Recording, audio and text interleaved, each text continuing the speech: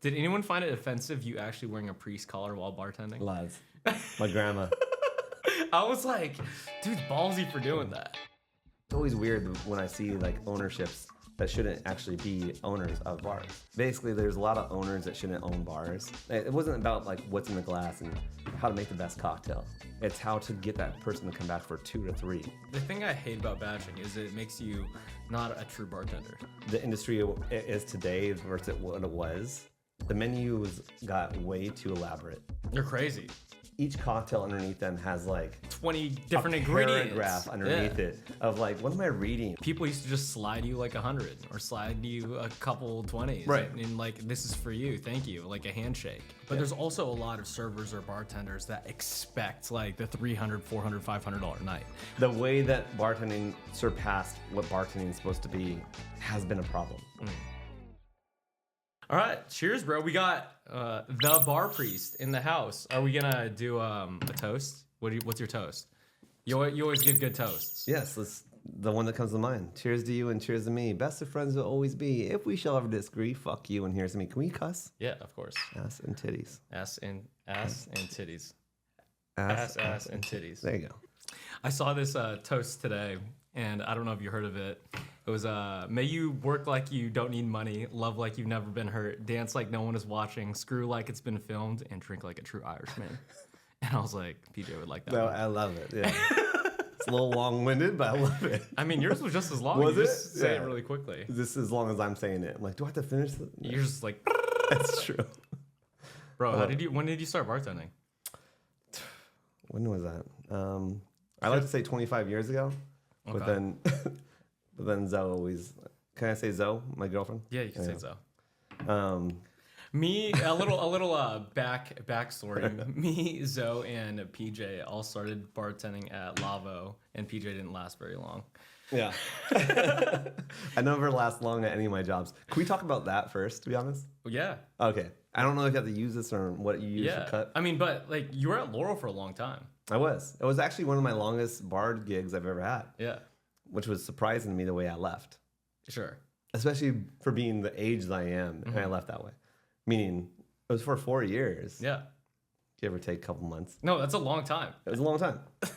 I'm surprised you were there. I know. It's a good spot though. Well, I became like in terms of like LA culture, like a lot of people roll through that spot. Yes.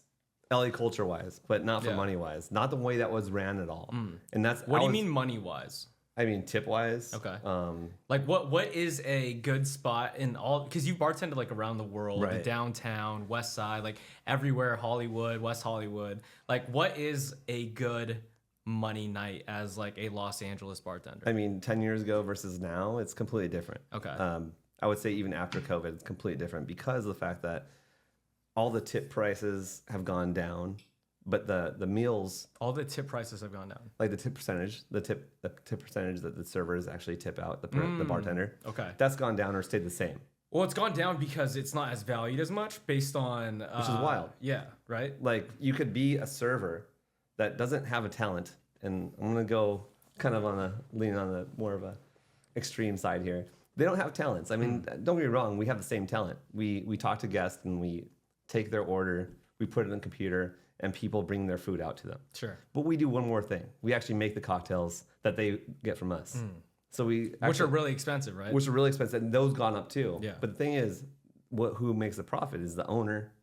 You know, that maybe the managers get a boost in sales, but it's never the bartender gets a raise in their hourly wage. Unless you become like a bar lead or something like that. And you get like $1 maybe, right? It's like They'll say, $1.50. Here's $1 maybe for an hour. To do 10x the work. Right. To do like inventory at the end of the night. And then you have to do that too. Yeah. It's like the way that, I mean, I want to talk about what a manager is too. Sure. Because when did that ever start being a thing? The bartender of the bar used to just run the restaurant. Let's talk about how you wanted to talk about why you only stay at bars for a shorter period of time. That's what you want to talk about. I mean, I just like to see culture. You know, it's like I don't want to set my feet too far in the sand where I can't move to the next place. And it's not, I don't leave bars because I don't like the atmosphere or the clientele or the staff. I usually do like all those things, and I take the ones that I like the most with me. Like either it's how to make a cocktail from a bartender that I bartend with, or how to approach a customer from a bartender that I like. Usually in Ireland, that's exactly what I learned is how the gift of gab, the chat. Like people don't come in here for your Guinness. Great, you poured a Guinness. Sure. Great, you made a cocktail. Yeah. But people come in there because you're there and they want to like either tell you the woes or have a chat with you. I mean, you have like a lot of regulars everywhere you go.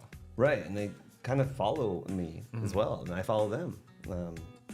This is before social media. Yeah. Are you a lover of making cocktails or work as a career or part-time bartender? If so, mix like a pro with A Bar Above. A Bar Above has the best mixing tools on the market, from shakers and strainers to mallets and ice picks. A Bar Above has you covered with all your cocktail needs. Use code BILTZ, BILTZ, for 10% off any order. So yeah. What do you mean culture? The bar, like as in bar culture. I mean, where I was at in Italy, there's still a culture. I took Zoe there last summer, 2 summers ago, and we had a great time because the same people that I worked with were still there, still bartending, but even the same customers were there. So that really? Yeah, same customers, the same neighborhood feel. Yeah. And yeah, no one asked me to like make them a cocktail that I had, like I made them, but yeah, it was just a good time. So they just want to have a good time with me. So that's kind of like what I mean by the culture. It's like ends up being a family. It's the same type of thing that you. And Christmas, I see the same cousins I see once a year. They're still my cousins. I love them to death. But do I talk to them every day? No. Do I wish I could? Yes, but we all have our separate lives. But during this Christmas and Thanksgiving, same with bar culture, you end up having that. Yeah. And it ends up being a family. So I think that's what I did at Laurel the past 4 years. So the fact that like when you break up with that part of the community, yeah, and it's not that you don't break up with it, it's broken up for you. There's a way about you that feels like, what? you're kind of hurt. Yeah, I got taken away from my kids and my family, like the whole thing. It's like that sucks, and the way it happens sometimes isn't fair. Yeah. And I mean, I don't know if you've ever been fired. Have you ever been fired? I don't think so. Oh man, I think I was. I take pride in my fires. I think I was a different type of bartender. Even Zoe will talk about it. Like, I played by the rules. Yeah. I think the only reason was because I was so afraid that I depended so much on that job at the time, and like doing something that was naughty or like put me at risk for that. Right. And like even though that I could probably find another bartending job in 2 to 3 weeks or a month or like 2 to 3 weeks in LA. At some of the most crucial, like younger times, like out of college when I was like paycheck to paycheck type of deal, like those 2 weeks matter a lot. Yeah, it does. I mean, even when I was out, no one's going to hire me during Christmas. Like no one's and New Year's. Like like they're staffed up and they're just like kicking their heels back and having the time of life. So being fired in December or even November, like you're not going to get hired until like January. Yeah. So you're out of work for a month and a half maybe. But yeah, what you were talking about is velvet handcuffs. It's like they're like they know that you're dependent so much because they give you minimum wage and you work for your tips.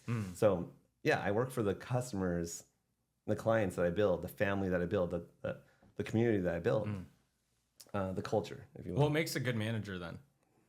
I would say none. None. I hate the word manager. Like Sure. when did that start? Yeah.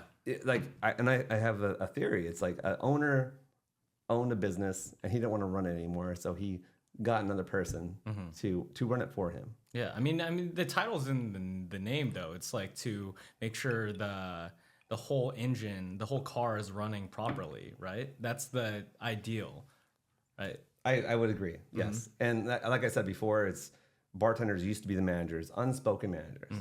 And there's a lot of there's some bars that are like that though. Like, have you been to Foreman's at all, or like a Laurel Tavern at all? Everyone comes up to the bar. There's no servers there, and there's like one alleyway to order your cocktails, your food, and then you just take a number. And there's tables all over the place, and basically you choose what table you're at. Like some of the places. But I think it's such an efficient way. You have runners, and then the bartenders run the whole show. And I think that a lot of the money that goes from the ownerships to the managers, they just toss it. Like, and instead, you give that money to the bartenders, to some of the servers, and distribute it. Like, I always say, if you're gonna treat people like kindergartners, they're gonna act like kindergartners. Okay. If you hire like rational adults, they'll act like rational adults. If you pay them like rational adults, but no, you pay them minimum wage. Yeah. And they like say, okay, make your tips. You worked in Rome, right? Yeah.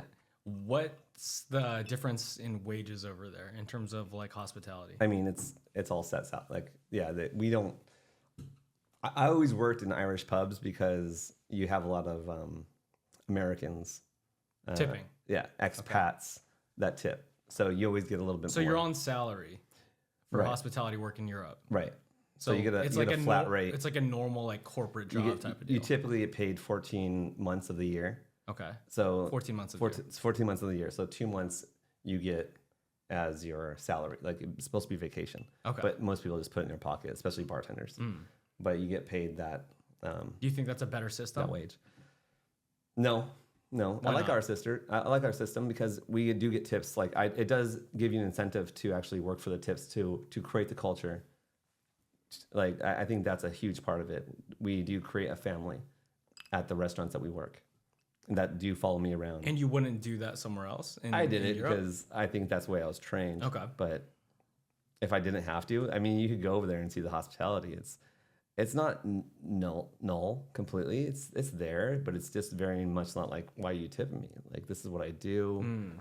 So it's a very They're usually like hands off too. Like when I went to Italy, they were like, "Oh no, like don't worry about it," type of deal. right. They don't want to. Yeah, especially they don't want your peanuts. It's kind of insulting at some point, Really? especially if you get a couple euros. And like, what am I supposed to do with this?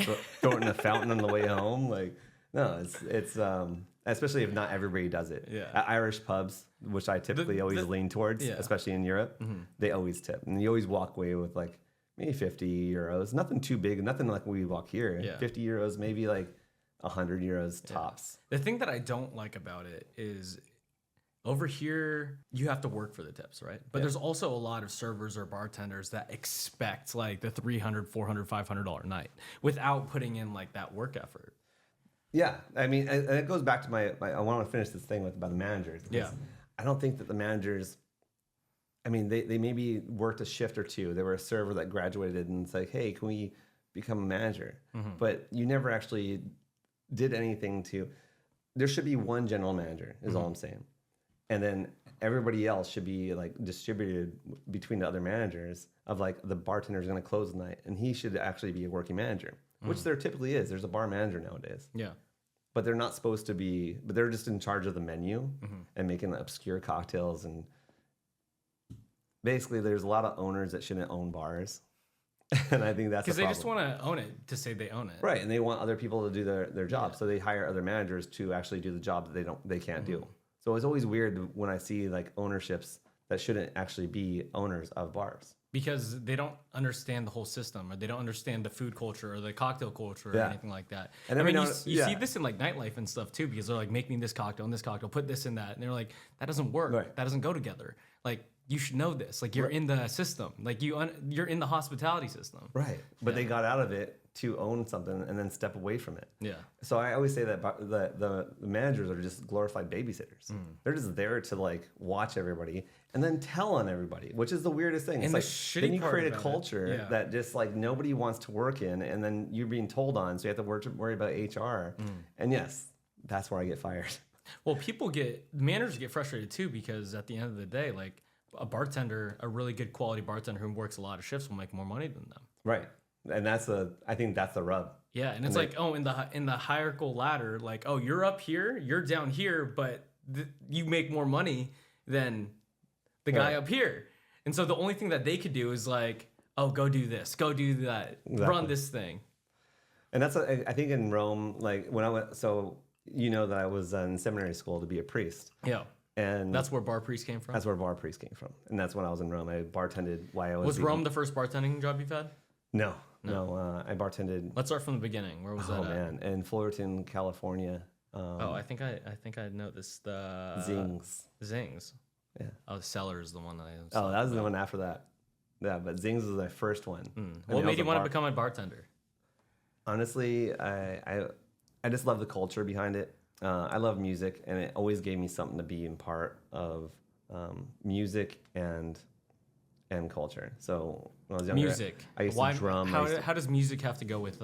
It just gives you you're always in that atmosphere. Usually when you're playing, you're in a bar setting. But when you come into a bar, like you want to be still there and making money. So I found like when I did that, I found that the bartenders were always like they were the one in the show. Like they had the hospitality. They had all the people they were talking to. Like it was fun, and the ones that did it good, and you could always tell. Back then I didn't know what I was looking at, but when you could always tell the people that like gravitated towards the bartenders. It wasn't about like what's in the glass and how to make the best cocktail. It's like really 10% of what you do is how to make a good cocktail. It's how to get that person to come back for 2 to 3, right? Like that's to create the rapport, to create the atmosphere. I think that's not taught. Yeah, well, I think it's given too, in the sense of like you just make friends with people from all over the city too. Like you recognize people from all over, and like you see so many faces in one night. Yeah, you know, and you have a place where people who are your friends can come visit you. Like one night I was at Bar Next Door. I think it was a few months before I quit, and people from college, from past bartending jobs, from past training jobs, I think 30 friends came in like throughout the night. And I was like, what other place can you go to see all these people from past different areas of your life? Right. Like they came to you. That's the romance behind it. And it came to you as well. Like yeah, I came to your bars, and typically I don't order like a cocktail. Like I don't mind. It's always you order a daiquiri just to see how that bartender. Why do bartenders order like? Because I'm guilty of it. I don't know if it's guilt the right word, but like a beer and a shot. I mean, you don't want to like. I mean, I think you don't want to bother your friends, right? Yeah. It's like just give me a beer and a shot. Yeah. Do one with me. Yeah, sure. I think that I said that to you a couple times, and you said you wouldn't. Try to get you in trouble. No, but the reason I keep on coming back is, I mean, it isn't because of the drinks on the menu. I never even look at the menu. Yeah. And typically bartenders don't. It's the camaraderie that you hold. You hold court, and then if you get other bartenders to come in, other people, other clientele will come in as well. Like I think that's the best part. And honestly, where it comes to the industry it is today versus what it was, the menus got way too elaborate. You're crazy. Each cocktail underneath them has like 20 different ingredients. Paragraph underneath it of like, what am I reading? Why am I reading this thing of like where it was aged in and it was made from the eucalyptus tree of some region. I don't what is it's a cocktail. Yeah. And there's a thing called palate blindness where if you go over 3 ingredients, typically those other ingredients kind of fail. Like they just can't hold up against anything else. And we're talking about 4 ounces of liquid.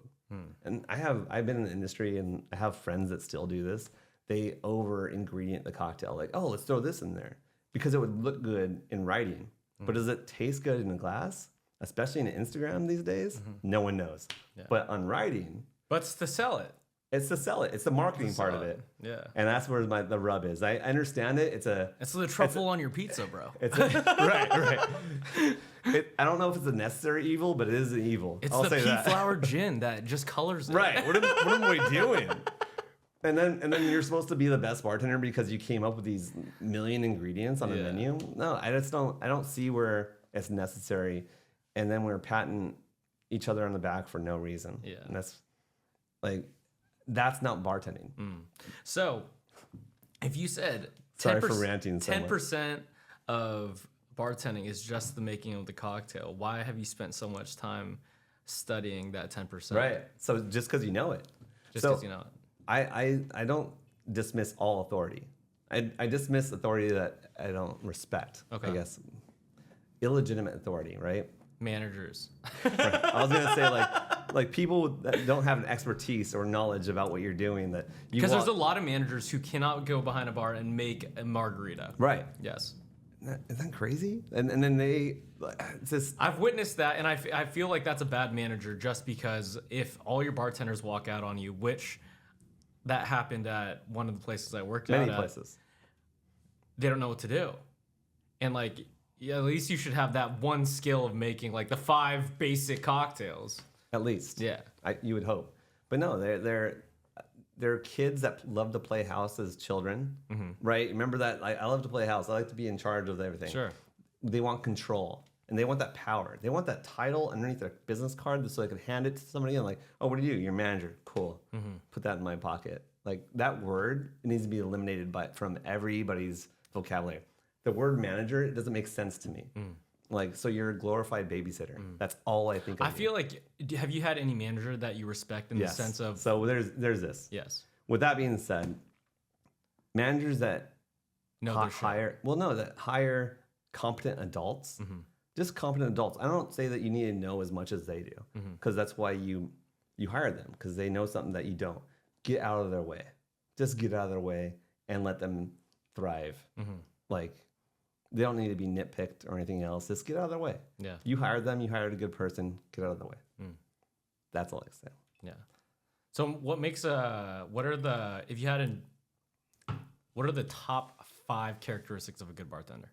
It's a gift of gab. It's like just knowing a customer that walks up to your bar that not everybody is cut in the same way. Like they're not all unique snowflakes. Hold on, they are all unique snowflakes. So you got to treat them as such. Yeah. Like not everybody's gonna like. My perfect example is somebody like, I don't know how you make your martinis, but recently this has been a thing that's been bugging me.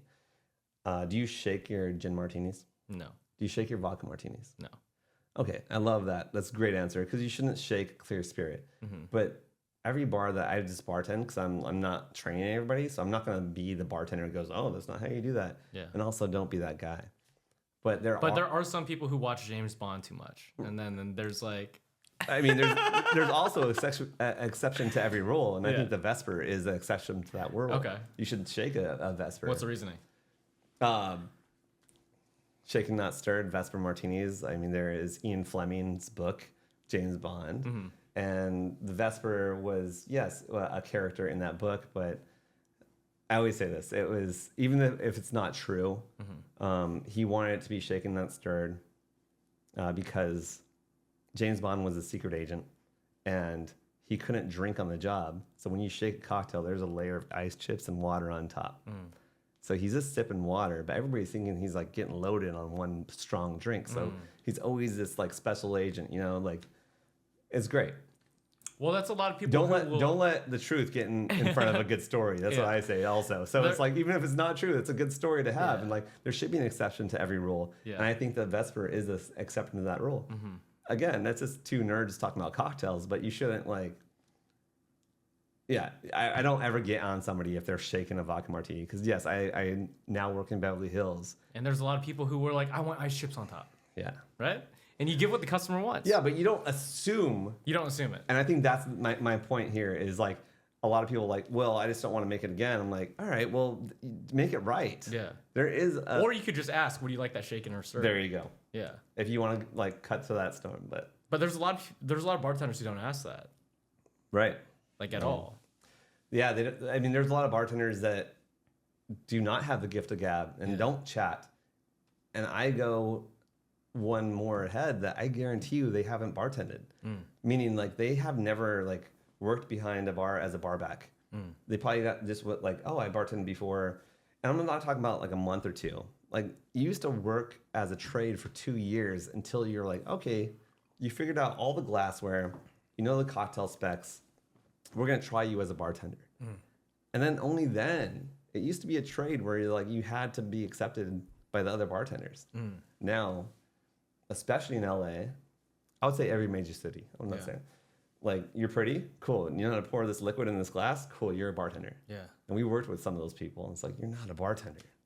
Well, and other bartenders know that you're not a bartender, and that's... Yeah. And that's the culture of it or I guess that's... When you're put in those situations, it's kind of shitty because then you work with people who you don't like. And we've been in places in bars where if you don't like the people that you're bartending with, who you're going to war with on a busy night, I don't want to be there. But if you're with some cool ass motherfuckers who like are competent, who fucking could talk to everybody, who could memorize just 3 cocktails in their head, like like you're good. The bare minimum. Because like you've been with that bartender, bro, where they're like, hold up, I'm making this one drink. Don't tell me what you're making. I'm like, bro, like there's 50 people right here. Right. Like, what do they want? Time? Yeah. Right. It's funny that you say that because like I've seen that so many times where I'm waiting in line. Yeah.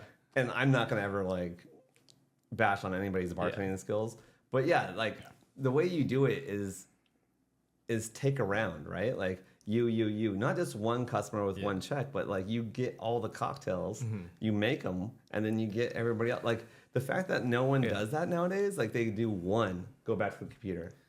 And that maybe that's a problem, is because it's a computer and it's not like, I don't know. Technology is at a place where bartending used to be just like straight. What's your order? And then you take a bunch of them and you put a bunch of tickets down. But now you have these little toast things that you need to show them, and I don't know. That shit's annoying. It takes a long time. It because like 30 seconds cuts. You can make 2-3 drinks in that time. Yeah. I mean, I think it goes back to like the whole tip problem that we're talking about. Like they're not going to tax tips anymore, hopefully. But I think a lot of the owners. I think I might be going behind a bar if they don't tax tips. Yeah. It's going to be great. I hope. Yo, Wally's, are you hiring? Come see me. But a lot of the owners, they don't know these things because they're on the other side of it, and they've never wanted. And that's the thing, especially in LA and any big city. If you're gonna own a bar, you're gonna have to have like a millionaire, a billionaire behind you. You can't have like a mom and pop bar. Not in LA. No, like Tennessee has or Alabama has. Yeah. You can't have that here. Here you do, and then you have like them like speaking from the bleacher seats. You know, the owners. Yeah. That kind of ruin things. And I think that they brought in toasts because they thought it was going to be more productive. And it might be, but I mean, it makes sense business-wise. It's not more productive than cash. And the thing that they did is got rid of cash. Because they thought, I don't know, maybe people are stealing from them because they were paranoid. I don't know. They got rid of cash at most bars. Not at Wally's. So I love Wally's where I'm at. I want to say that. The last bar, not so much. Well, the thing is, like, back in the day, people used to just slide you like 100 or slide you a couple 20s. Right. And like, this is for you. Thank you. Like a handshake, you know? So you might have a lost, and then you're saying like there might be some theft. Yeah. So there might be some theft. That's true. 100%. But the amount of ounces of liquid, of liquor in that one transaction of theft, and it wouldn't happen all the time. If it happens all the time, that would be noticeable. But if it happens like once, not even a shift, but like once in a while, I mean, it's gonna happen. You're gonna have to account for that in your books. Yeah, and these guys too, they want to help you out, whoever the customer is. What's your craziest tip? The most I got, I think it was rent from one person. Yeah, so it was $1,000. Okay, and that was recent. That's crazy. That's crazy for me too. Like just one handshake? Yeah. No. It was a handshake. That was on books. It was on books. That was on books. It was $1,000. It was $1,000. Like on a receipt. Yeah. If he didn't fuck up, he wasn't drunk. No. Honestly, this place. It was at your bar. It was at a bar top. I poured 4 Louis Trey. Oh, 4 Louis Trey. I've never done that before. I'm like, I mean, how much is that per granted, 2 of them were 1 ounce pours, so we did divvy that up, but 1.5 ounce pours. No, that's 2 ounce. 2 ounce, 2 ounce, 1. Okay.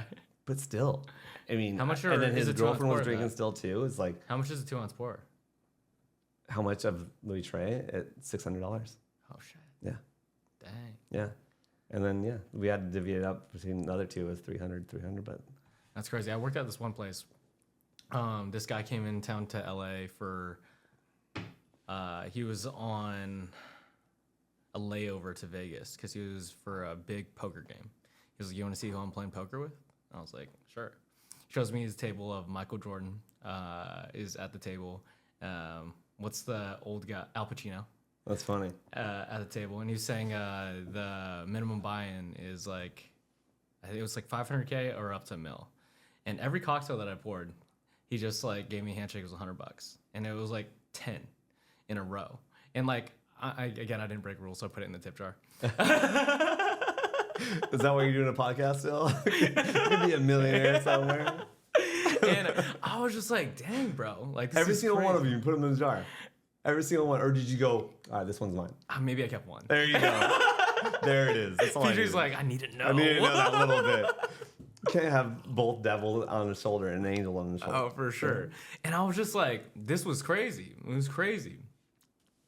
Because I was like, how much money does this dude have? Apparently he needed $1 million or $500K to like do this buy-in. But the type of people that you meet at bars too is, I don't think you can meet them anywhere else. Like you'll meet a gambling addict, you'll meet a businessman, you'll meet a poor person, right? You meet especially in LA, all these entertainment people. Like I'm a YouTuber. Like I was so pissed off. Like these two girls came in streaming their bar experience, like lights out and everything. I'm like, guys, yeah. Please go away. like, oh my God, this is like a porn star martini. It has passion fruit in it. And they're like filming you. Yeah, filming. I'm like, oh my God, please stop. That's something that I'm dreading. If that ever happens to me, I'm like, I'm out. I don't know what to do. I wouldn't know what to do with my hands. I'm like, but the thing is, like, you're so like fluent with it. Like when it's just there's no spotlight and stuff. It's like you're really good at all. Like even flair too. Like you don't fuck up that much. Like, you don't drop a lot of shit. Yeah, you don't do too much, so you don't have to drop much. And it's easier when you're drunk. Yeah. So and that's another thing. You should always be a little bit lubricated, or else it's. I mean, you got this in front of me for that reason. Can you imagine me without this in front of me right now? Like how would I would be? No. I'd be like. It's like part cool of your identity, on, dude. I mean, I haven't drank alcohol in a long time, and I was like, I have to drink alcohol. Not even that. As a priest, it's like you. Okay, I'm not a priest, but it's definitely the sacrament for a reason. Yeah, like you need to like have that social lubricant between the other world to actually get your id out. Right? Did anyone find your ego out of you? Did anyone find it offensive you actually wearing a priest collar while bartending? Lads, my grandma hated it. I was like, dude's ballsy for doing that. Yeah. So you were well, the thing Ziggy. is, it's not against our. I mean, priests can be bartenders if they want. Like, there's nothing that says. I don't think they have another occupation. No, they can't. But there's nothing that says that you can't drink. So in Europe, there's a lot. Like it's common to walk into a bar and see a priest with a collar. Yeah. In America, I've never seen one. Sure. It's crazy, but it's common, and it's okay. Mm-hmm. And it's funny because like there's one story in Rome when I was bartending, and one of my favorite. What's the bartending story? A priest walks in the bar. What's the answer? What's the real answer? You got hit in the head. He didn't walk in. No, it's this is it. This is what you see. A priest walks into a bar and never left. This is purgatory. That's the real story. Jeez. The answer to every life's questions at the bottom of the glass. We'll find it. Do you have you noticed the non-alcoholic culture coming to you? Yeah. But hold on, I want to tell you about this last story. Yeah, go ahead. So when it comes to like Father Brian, he's like one of my favorite customers that turned into one of my friends. And is he a Catholic priest? Still is, yes. Okay. Jesuit Catholic. From Rome. This guy in Rome. Yeah, but now I think he's in Northern California. But yeah, he's. You met him in Rome. Yeah, I love him to death. So he would always be in the bar drinking. And remember his cocktail even. It was a Grey Goose and soda, no straw, no lime. Just wanted to have the ice and the soda and the vodka. And I did that. And sometimes he would slump over and fall asleep. Oh. Because he would be that inebriated. But can you imagine being a priest, an American priest, in Rome? And that's where you're at. So, I mean, I just considered this like his living room. So I'm like, he's going to take a nap. But sometimes an American would walk in saying like, oh, you should be ashamed of yourself. What are you doing? No, not to me, to him. Okay. And he would like wake up out of his stupor like, what? I'm being yelled at again? Because it happened often. And he would grab his drink, finish whatever was in it. He was like, I know my vices. Pet his glass like this, like a little cat. Do you know all yours? And order another one. And then I would give him another one. I'm like, that's why he's my favorite. And you guys got to leave. Dang. Well, there's that Abraham Lincoln quote. A man who has a man who has no vices has no virtues. Right. Right. I mean, it's Everyone has something. you have to have something. I think that's what being a bartender is like just learning different culture and learning different people, learning from different people. Yeah, and their tendencies too, because like, I mean, not to stereotype anybody, but like the way someone acts when they walk into a bar, you're like, fuck, like this guy's coming in, like you see him, and then you know a way like this a proper gent, like you're like, oh, is he gonna be an asshole or is he gonna be respectful? It's like hit or miss. Like he's wearing a Rolex. Like what's he do? Bars were the original universities. They always call them the dime store universities. Dime store? Dime store universities. Never heard that. It's in the book called A History of the History in 6 Classes, or I think it's History in 6 Classes. History in 6 Classes. Anyway, it's basically there are dime store universities, being that anybody could go there and you're going to have different walks of life in every single class. Like the storm of the Bastille was at a bar because there was so much thought and so many people coming together that they stormed the Bastille in France and had the French Revolution at a bar because there's so many different thoughts coming along. There's a community, that understood each other, and they all like decided to, this is what we're doing. This is what we're doing right now. And it happened at a bar. Yeah. There's something about a bar that is beautiful. Yeah, that's one thing that I'm in the health space now. I went from like fucking people up to fixing them up. And I love it. I love it. And the one thing that there's a lot of centenarians. You know what centenarian is? No. People who live over 100. Okay. That have in common. A lot of people who live over 100 drink. They drink alcohol. But there's a lot of people in the health space that talk about alcohol. Alcohol is just like poison, right? Right. And there is some truth to that in science, right? Right. But there's also the other aspect of it is stress. And like what smoking does for some people, what alcohol does, what some people's vices do is they lower your stress levels. And how much effect does that have on your lifespan? Like they don't truly know. There's some studies on it, but like when people like boo alcohol so much, but like yo, there's like you said, like we wouldn't have such a fluent conversation without a little lubricant. Absolutely. And to go deeper into someone's conversation or life or like storytelling and stuff like that, there's something special about it. And I feel like the narrative is switching so far against that, even though there's so many positives towards it. Right. Name one writer that has ever been sober. I mean, or smoking a cigarette. J.K. Rowling. I mean, you can go with Bukowski, like anything else, like that has never had a vice. Like you need to have that touch to God, and I think it's not the sacrament, and the Holy Sacrament is wine, and it's a whole thing. But in every major religion, there is something that alleviates you from the natural world. Like the Rastafarian Church is very much in weed. The Native the NAC, the Native American Church, is in peyote. Like you always have something that you ingest to communicate with our ancestors. It's been a test of time. We have not. We sent litigations in it recently, like, oh, we don't do this. So I think that like the hippies, if they ever decided, I mean, when they tried to become a movement of religion, I think LSD was going to be theirs. Like something to alleviate yourself from the ego. You know what I mean? To like communicate with God. Should you do it every day? No. I mean, maybe not. I don't know. It's up to you, that each person's their own. Microdose every day, guys. Yeah. Do what you want. Drink your 1 glass of wine like they tell you to. I always say, I always say, like, if you're gonna have a question, if you're gonna get that fucked up, have a question in your mind. Yeah. And then I hope at the bottom of the glass, the answer's at the bottom of the glass. What answers have you found at the bottom of a glass? Oh, those are from me. Those are from me. Each answer is for themselves. I stopped spreading the gospel a long time ago. Yeah, so you were at Ziggy's, and then you went to the Cellar Bar, and then from the Cellar Bar, where did you go? Ziggy's. Zings. Zings. It was messing me up. It was close. You're like, what are you talking about? Zings, downtown Fullerton. I mean, it's a great bar to start at. And I started at CPK. Yours sounds better. Yeah. That's awesome. I love CPK too.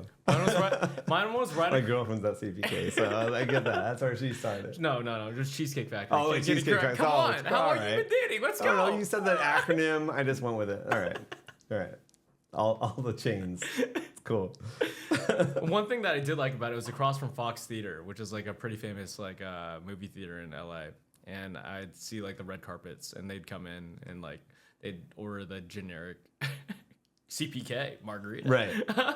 What was it? Do you remember It was actually a pretty good margarita. Do you remember it? It's just a basic margarita. It's the lime juice, triple sec, tequila with a float of Cointreau on top. I love that there's triple sec in there. Do you ever find a bar that makes a margarita with triple sec anymore? No. But the thing was, the Cointreau float made no sense. It was triple sec. So it's a Grand Marnier kind of. Yeah. So I mean, yeah. It wasn't bad. It's a Cadillac without the Cadillac. And they were trying to be bougie because they were trying to have like a coffee simple syrup for their old fashions. Yeah. But all it was simple syrup with 2 coffee beans in it. Like infused. Yeah, but like that 2 coffee beans doesn't do anything. It doesn't. It doesn't do anything. And the word infused should also be removed by all these bartenders. Like it's a bottle of simple syrup. Like imagine a solid simple syrup bottle. Right. 2 coffee beans in Done. it. That's it. Coffee simple syrup. So you laced it. Laced it. With when I did that in cocktails, people said, "Oh, don't do that. Don't do that. You can't lace cocktails." Yeah, actually making and that used to be a thing, by the way. What did? Like, if you take that spirit out of the bottle. What spirit? Any spirit? Any spirit. Okay. Say like people infuse things all the time. You're not allowed to do it. You were supposed to. You weren't supposed to. You were supposed to. I don't know what the legality is now, but everybody's doing it. So it's like, oh no, they're doing it. It's still illegal. But when you take from what Tito's or whatever, and you change that whatever's inside of it, Serrano peppers. Yeah.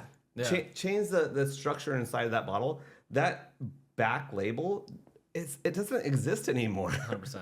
So I'm like, how did that ever become a thing?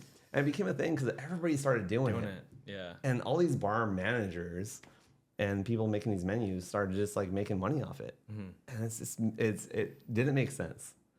So like, yeah, I started bartending when a Negroni started being like, what is a Negroni? And then you started like going further down the line, then you start infusing things and batching things.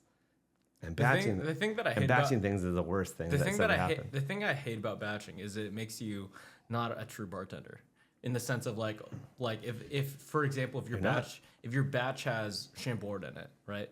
A lot of people don't know what Chambord is. Right. And so like when a bartender pours their 2.75 ounces of batch plus their lime juice plus their maybe sweetener, and they're like, oh, why is this color? And like, oh, it's a Chambord. What Chambord? Right?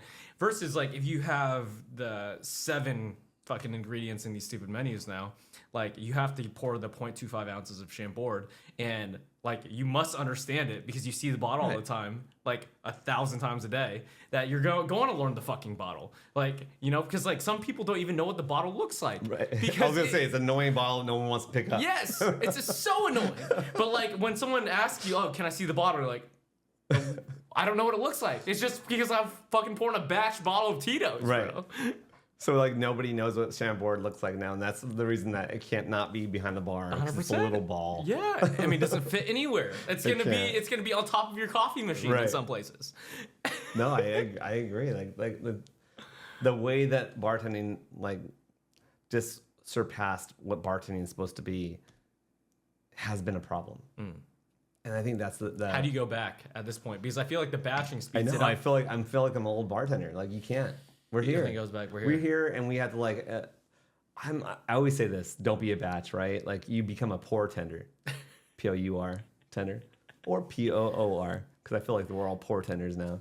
But you become a pour tender. Like you every bar back is now like prepping your batches way before you even come to work. So we should actually be giving them money. Honestly, when it comes to those ones, like the batches, you should be giving them money, and instead of like, I think every new bartender needs to learn how to batch if they're batching because they will understand the proportions of the cocktail. Right. Like to be honest, as much as I roll my eyes about batching completely, because I do, I hate it. I wish we could. Like, how much time are you actually saving? A decent amount if you're not quick. I say just eliminate. I don't know. Most cocktail menus have like, I don't know, 10 to 20 cocktails. Yeah. Make 5. Yeah. Make 5 in the classics. And if they don't know the classics, then I don't know, don't be in the bar. Yeah. Like make 5 cocktails that you guys are great at and the classics. And that's it. Like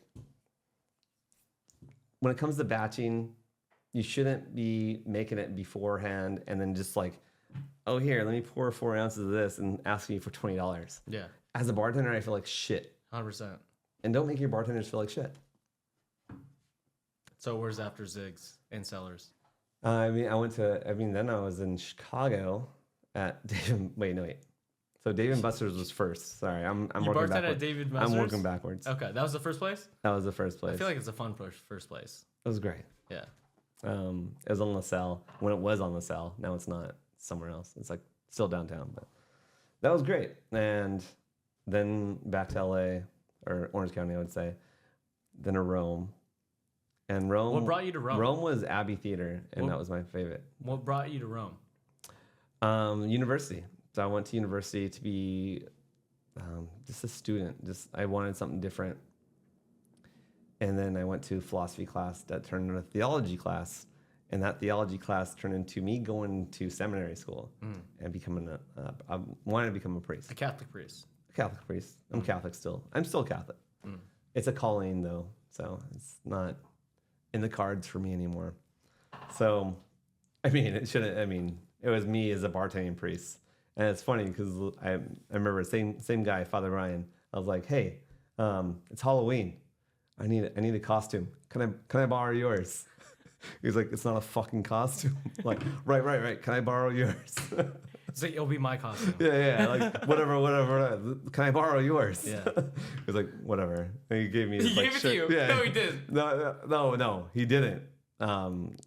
He wanted to. I was like, all right, I don't want to disrespect you. That was the whole thing. It's like, because he would have. I'll disrespect my grandma by wearing it, though. He took it off. He was like, here you go, you can have it. I'm like no, it's obviously a thing. And like, what inspired you to go to seminary school? I got a nun's costume and I started wearing that instead. It's like, this is better. That's way better. Right.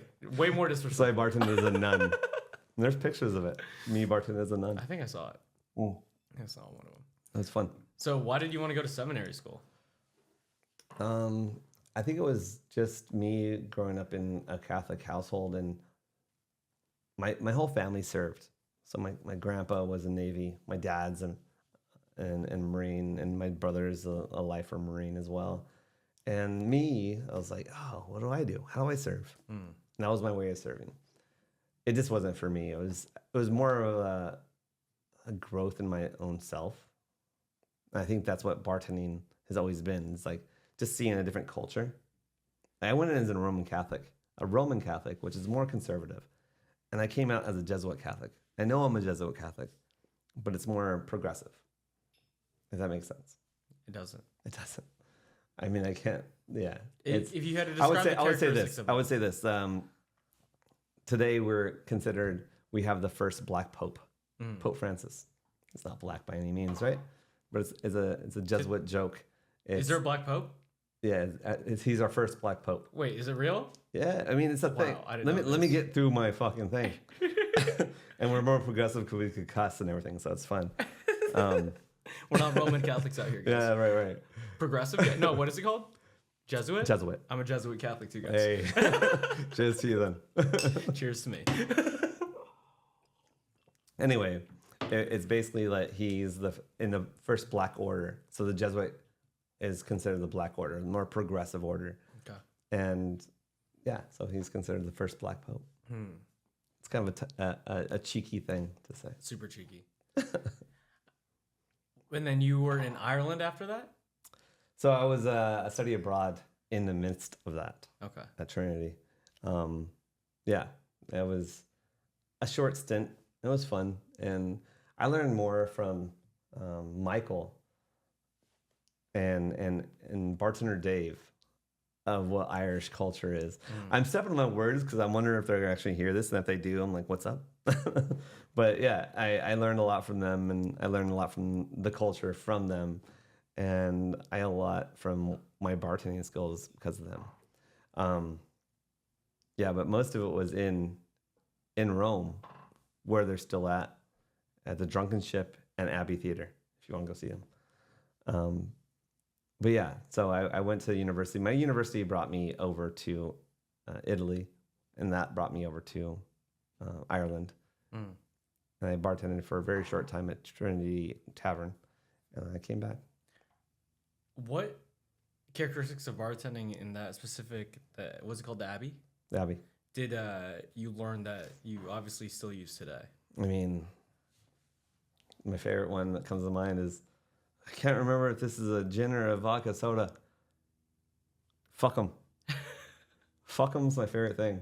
Like, oh, fuck 'em. Fuck 'em. I don't know. Is that an Irish thing? I mean, I think he was Welsh that said it to me, but it sounds Irish. It was Garth, but yeah, I mean the way I say it probably. I mean, there's beauty in just like, oh, it's fucking busy. It's fuck 'em. Like I can't be bothered as well. Like, there's some people, you give them a gin and fucking soda and a vodka soda, they can't tell the difference. Right.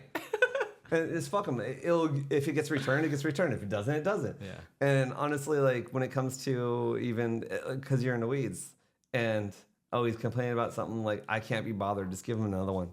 Like I can't be bothered is one of my favorite things. Yeah. I just can't be bothered. That's one thing that does bug me about. It does bug me about like some bartenders. Like if you get fucking tilted because a guest is turning you off, I'm like, bro, it's not that deep. Make them a fucking different drink. Exactly. It's whatever. How do you fix that problem super fast? And yeah, there's gonna be those fucking customers that like, or those managers that are like, charge them. And that's the problem. Well, the managers won't do it, but the customers, if they try to get away with it, and like, dude, I gave you one last week. Yeah. Like, I know what you're doing. Yeah. This is the last one you're getting. Like, Don't do that. Don't do that. You know what you're doing. But you're not profit sharing as well. So also, it goes back to my first thing. If I was profit sharing, if the owners actually gave two shits about me and gave my salary a little more, I'm like, okay, cool. I'll protect that a little more. But if not, I'm like, all right, here's another one. Sorry, let me pour that one down this drink and make you another cocktail. I think the reasoning too is though, I feel like there's a lot of people who don't stay at a job for, like, to be honest, I've only stayed at a bartending job the longest year and a half, and that's not very long. No. You know, and especially for being a nice guy too. Like I'm an asshole, so I get it. Well, my reasoning is like if I haven't learned anything new in like a 6-month span or 5-month span from any new person, bartender or whatever, I'm just like, I need to go somewhere else. Yeah. Because like if that's like, I remember I learned how to stir properly at this like wine bar in fucking Santa Monica because I was over here like in the mixing glass, and they were like, this girl, her name was you bend the spoon. Oh yeah, her name's that was the worst when you bend the spoon. Her name's Shanae, and she was like half black, and she was like, Nate, no. And she was like kind of hood too, a little bit, and she was teaching me how to like stir like a martini properly, and I was like, all right, I got you. But I knew how to make a sidecar. I was like, oh, like, do you get sidecars here? She's like, no, first ticket comes up sidecar. She's like, can you teach me how to make that? I was like, I got you. There you go. But that's the coolest thing is like each bartender has something that you don't know, right? And like you can learn from anybody. But when you're in a space where like you know everyone around and you've learned everything that they could teach you and you could teach them, it's kind of fucking boring, bro. Yes. Unless you just like love the company, you love the atmosphere. Like for example, like you and Zoe love Dresden. I love Dresden too. Like I could go there all the time. Like there's some bars that you'll go one time and you're like, I don't love it anymore. It's like, cool, I saw it one time. Right. You know? But like when you were at Laurel, I fucking loved going to Laurel. I don't think I'm going to go to Laurel anymore. Right. You know what I'm saying? Well, you follow bartenders. You don't follow bars. Yeah. Like, you know that bars are just owned by the corporate, the owner. Like, owners that don't know shit about shit that, like going to the menu. I don't know. They don't. I feel like owners are just the rich people that we, like, fight against so much. The rich people they fight against. Meaning this, that chefs, when they actually ran restaurants, sign me up. That's my guy. But the ones that are just like behind the scenes that do the 9 to 5 somewhere else, a banker maybe. I think mine last one owned a winery, but didn't know anything about wine. Yeah. No, doesn't like how do you work for somebody like that? Yeah. I mean, I think the clout of just owning a winery or owning a bar, owning a restaurant, like you could do it easily with money, but the thing is there has to be some intention there. Like it takes time, it takes effort to like learn about wine, like learn about varietals, learn about spirits. Like that shit takes time to digest and understand. Right. And learning, like I did it with bitters. Like the amount of people who didn't understand bitters is just like I decided to just study it for fucking half a year or 2 years. And like it's something interesting because you study a bit for a long time. But these people, they just have the money to, oh, I'm gonna buy this restaurant. But like, do you know what the fuck braised means? You know, right? Like they've never were in a kitchen. Never. Like, how the fuck do you know what braised means? Like, how do you not know what that means? You're serving it to people, you know, like wine. You own a fucking wine, but you don't know like all the varietals. And this is simple shit. This is shit that you could learn in 2 hours, maybe even less. Right. And not every owner is like that too. Like I remember I worked for the Sims company, like Mimi's Cafe. Yeah. And Chris Sims was the son of Tom Sims, I believe his name was, of Mimi's Cafe, and he opened Lazy Dog. Oh. So like Chris Sims opened Lazy Dog, which is corporations, they're everywhere. And Lazy you would Dog's say like, I good. hate all, they're fucking great. Yeah, and Chris is like, I met him when he was like serving, he was washing dishes in a suit and an apron. And he was washing dishes while I was like just doing things in the background. He doesn't know who I am, but like that's a guy that I would work for. 100%. Like an owner from like that's your passion. Yeah. That's your heritage. It filters down. But now it's not. It's like how to make this glitz and glam. Yeah. How to make a gimmick. And I think that's a lot of things in LA, especially, or every major city, is how to make a gimmick and how to sell a gimmick. And people fall for it every time, and it's a scam. It's a bunch of snake oil salesmen selling to, and people fall for it, and that's what hurts me. And it's like, oh man, I want to show you this menu. I mean, but it's a bunch of snake oil. Yeah. And I wish I could make you a cocktail that you would like. Yeah. Can I do that? And typically that's how it goes. Yeah. I mean, the amount of people who fall for it though is because like the selling of it is good, the marketing of it is good. Like it's a pretty picture, you know, it's a pretty ambiance, right? You know, and that's what it is. I mean, at the end of the day, I mean, just take this as an example. What do you see this podcast being in the future? Do you want it to be like? I mean, is everybody just chasing money? No. So, for example, like the main reason why I do the podcast is like it's my version of education. Right. Now, in the sense of like, regardless of if this makes me $1 million or if it makes me no money at all, I have the abundance of knowledge that I've learned from having a good conversation with you. I love that. And honestly, like it took me that long to like realize that that's what it is. But that's why I came on this. I mean, we've been trying to do this for a couple 2 years. Right.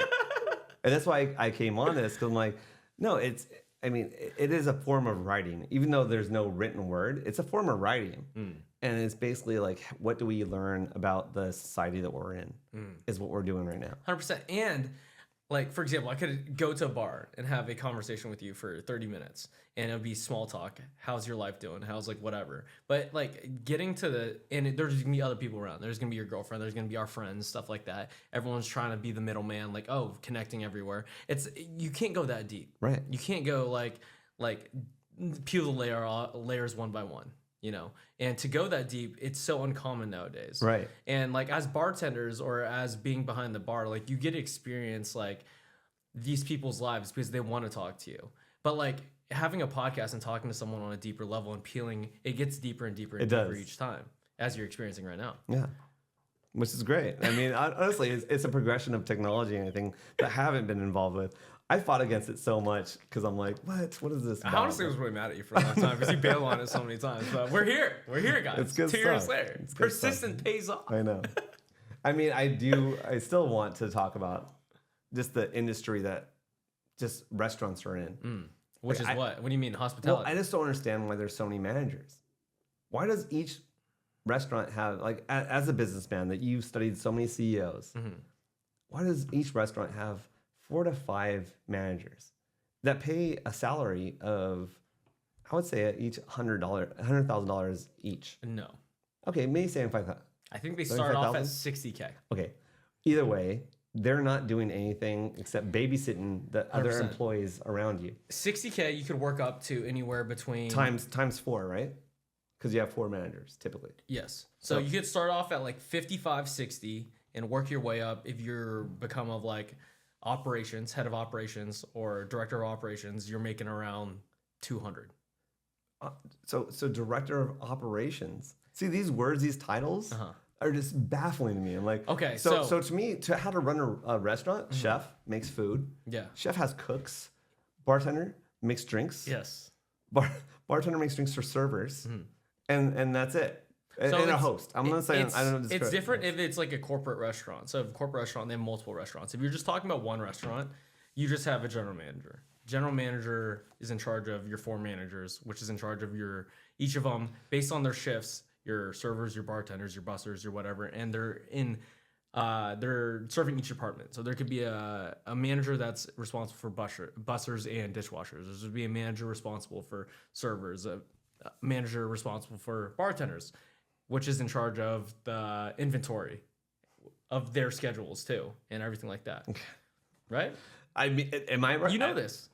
It is how you've been around. You know how it works. It's how it is, but I'm wondering if it should be that way. I just want to ask a question: is the way that we're running restaurants the way that we should be running restaurants? I just think there's a lot of people who don't want to work hard, and those are the managers. I think that's everybody. No, I think that if you give the salary to the bartenders, to the staff of the servers, you no longer hire kindergartners. 100%. You are hiring people invested in your company. Yeah. If we got manager salary, I'd be totally fine cleaning the fridges every single night. Yeah. Yeah. I'm not Gestapo at that point, or I'm not working under Gestapo at that point. I'm working for you. Yeah. I'm invested in this company. I just don't understand. I want to break down that part of why we keep on doing the same things again and again. Well, I think LA is different because most bartenders, every major city, most bartenders and servers and whatever service work you want to talk about, they're not here to be that. Like the one thing that I saw different between Vegas and LA, bro, is like the amount of people in Vegas who like are career bartenders, who are career servers. Like they treat it that way. Okay. Because that's their thing. Everyone here is like, I'm an actor who bartends. Okay. I didn't understand what you said until then. I'm a writer. I'm a writer who serves. I am a writer. Sure. But the thing is, like, you enjoy the art of bartending. You know how many writers who are just like, I'm a bartender that pours vodka sodas and I'm a writer, though. Right? Like, the thing is, like, we take the romance of a bartender as a bartender, right? Like there's a lot of people who just say like I just pour drinks. That's what I do for my paycheck. But like I'm a writer. But you could be both, as you are, right? I write and I'm a fan. I'm a fanatic of cocktails. I'm a fanatic of the banter. Right. I'm a fanatic of the gift of the gab. Like I enjoy it. Like the amount of times that I've seen you at Laurel, like that you don't enjoy it, it's very small. Yeah, very small. Very small. And it's usually when you're sick or you got a fucking, what is it, kidney stone, sober, bro. Or I'm sober. How dare you make me sober doing this shit? You know what I'm saying? Right? Like, the amount of people who come to work and are just miserable is like, that's why, like, at the end of it, when I was bartending, I just hated the team that was around. And I was just like, I don't want to be here. There's a lot of that. You know, if I don't want to be here, then I was telling Zoe, like, towards the end of it, I was like, yo, if you just put the A team every single time at Lavo, like, I would be there every night because it's fun as fuck. It is. You make good money, you're around good people, and, like, you fucking get the job done. All right. As long as the babysitters get out of your way, you're fine. 100%. Speaking of writing, though, like, what's that about? I mean, I'm a bartender that writes or a writer that bartends. Or are you just a writer and bartender? I mean, that's what I said. No, I mean, I would always consider myself a writer. I think everybody that is creative considers itself a writer, even if they don't. I feel like how do you if you paint a picture, you can't sell that picture unless you write. Meaning this, like the words that we're using is considered writing. There's this. Stephen Johnson and Sherry Turkle wrote this whole thing of like, we write more today than any time in history. Meaning that like the amount of text that we share to each other or to our loved ones or anybody else and the dialogue that we write more than we ever did in like the 18th century or even the 19th, like the early. Type. What's that? Type. We type. We don't write. It's right. It's a writing You think form. So? Yeah, it's all writing. You think there's a difference between pen and paper versus typing? I write pen and paper still. Okay. But I'm older, and sometimes I still. And actually, recently I've been doing more on the computer. But it's funny that you said that because I always consider myself more of a writer of pen and pencil. But it's been a while. I mean, it's more ideas. That's more of my outlines. That's my process. I think there's something special about pen and paper. But I'll also consider myself a comedian. But I'm just not funny, so I'm working on that. I feel like you are funny, and you just don't confidently put it out there. I do too. I don't know what that means. I do. I mean, it's fine. It's it was a joke, but fine. What do you mean you do too? No, I want to understand it. Okay, the joke was I consider myself a comedian, but I'm not funny, so I'm still working on it. That's the joke. Got it. That's horrible. But you are funny. Like, okay, the thing is, like, I just need more like encouragement. When you're in the flow of it, like, right. It's hilarious. Well, that's the thing. My stage has become less about like the stage of a comedian. Like I used to do that. Yeah. I loved it, but you have to like learn your bullet points and you have to learn your timing and you had to do this. I don't think so. I think it comes so natural to you, but when there's a shaker in your hand while you're doing it, like it makes it so much. Or a drink. Like lubricant. It's too much more fluent. Yeah. Yeah. Because, dude, it's nerve-wracking being in front of people. It's a weird term. Again, with a manager title. Yeah. Comedian is weird. What do you mean? It's fucking weird. Comic? Call yourself a comic. See how weird that is. I'm a comic. It's dumb. Like, why is it dumb? Because everybody is. Okay. Everybody writes. Sure. Everybody's a comedian. Everybody tells jokes. Okay. What makes you so on top of the world that says like you're do it to the title of I'm a comic? I think that's in your head. Again, am I a writer or a bartender? Or a bartender that writes? Or a writer and a bartender. Are you a podcaster that writes or drinks? I could go around in circles with that all day, right? But that's my point. Yeah, I mean, you just do what you do. I mean, you do what you do. Don't care about your hash marks or your slashes, and whoever cares about it. What is the answer when you say that? We were talking about like the people on Instagram. Okay. And I love a couple of them. I'm not gonna say any names right now. Completely fine. But a couple of them I don't love. Sure. I'm like, why are you making a cocktail for your followers? And they have a lot of followers, but what purpose does it have? Like, I don't get it. I think you're not their audience. That's why you don't like it. Like, there's the amount of people. So Louis C.K. has an audience. Okay. Right? I'm gonna use his name. Sure. It has a great audience, and he's funny as fuck. Okay. But some people don't think he's funny. Sure. They actually cancel him. Mm-hmm. He's not funny anymore. 100%. So when it comes to bartenders that make cocktails on Instagram, there's some people that like him and some people that don't like them. Uh-huh. Like, you're doing it wrong. Yeah. And most of the time, I call them Bardashians. Okay. Yeah, like people that make cocktails on Instagram, they're called the Bardashians because I'm like, but I used to think it as an insult. Like, oh, that's an insult. Bardashian. Okay. It sounds like an insult. I think I made it as an insult. I don't think it is. It's not. I mean, because the Kardashians are doing something, right? They got a lot of money. And that's the thing. Pretty. That's the rub. Yeah. They're doing something right where it's like, all right, but still to me, feels icky. Because you're bastardizing something I love, something I've grown to care about. I'm like, I want to troll them and go like, that's not how you do that. But I'm like, I'm not gonna be that guy. So who are the guys that are actually doing that? People who don't have anything else better to do. The new bartenders or something else. I don't know. But it does. So where does the industry go? They have a following. Therefore, that's objective evidence that they are putting that whatever that they're doing, regardless of how you feel towards them, is putting some benefit into the world, or else these people wouldn't follow them. And most people don't know your knowledge. Right. So therefore, like, whatever they're talking about, shaking a fucking martini, and they're like, right. And you're like, why would you fucking do that? That's incorrect, bro. And everyone here's like, oh, like, I've never made a martini before. This is how you do it. Because he has some status based on the following and the quality of the video or like whatever. I agree. And I always say this. I don't care how. And the thing is, like, the reason I don't troll anybody and the reason I don't care how anybody You do troll a lot of people, not towards their face, internally, but with your friends. internally, or maybe with you on. My thing is like We've trolled so many people right now, to be honest. there is all the managers of Los Angeles, California. Yes, at me, bro. Don't be a manager. At the bar priest. Don't be a manager. Do something that's beneficial. I was considering being the bar manager at Lava for a second. Both of you guys were like, "What are you doing, bro?" Don't do that. I don't know. It's like, I've done that too. I've bar managed. I managed. And you did the But you whatever fool me thing it's once, called. You fool me. Yeah. Fool me twice. What's the whole thing? I don't remember. What's it called? That's a George Bush comical the thing. Bacardi thing. No one got it. Cool. No, I got it.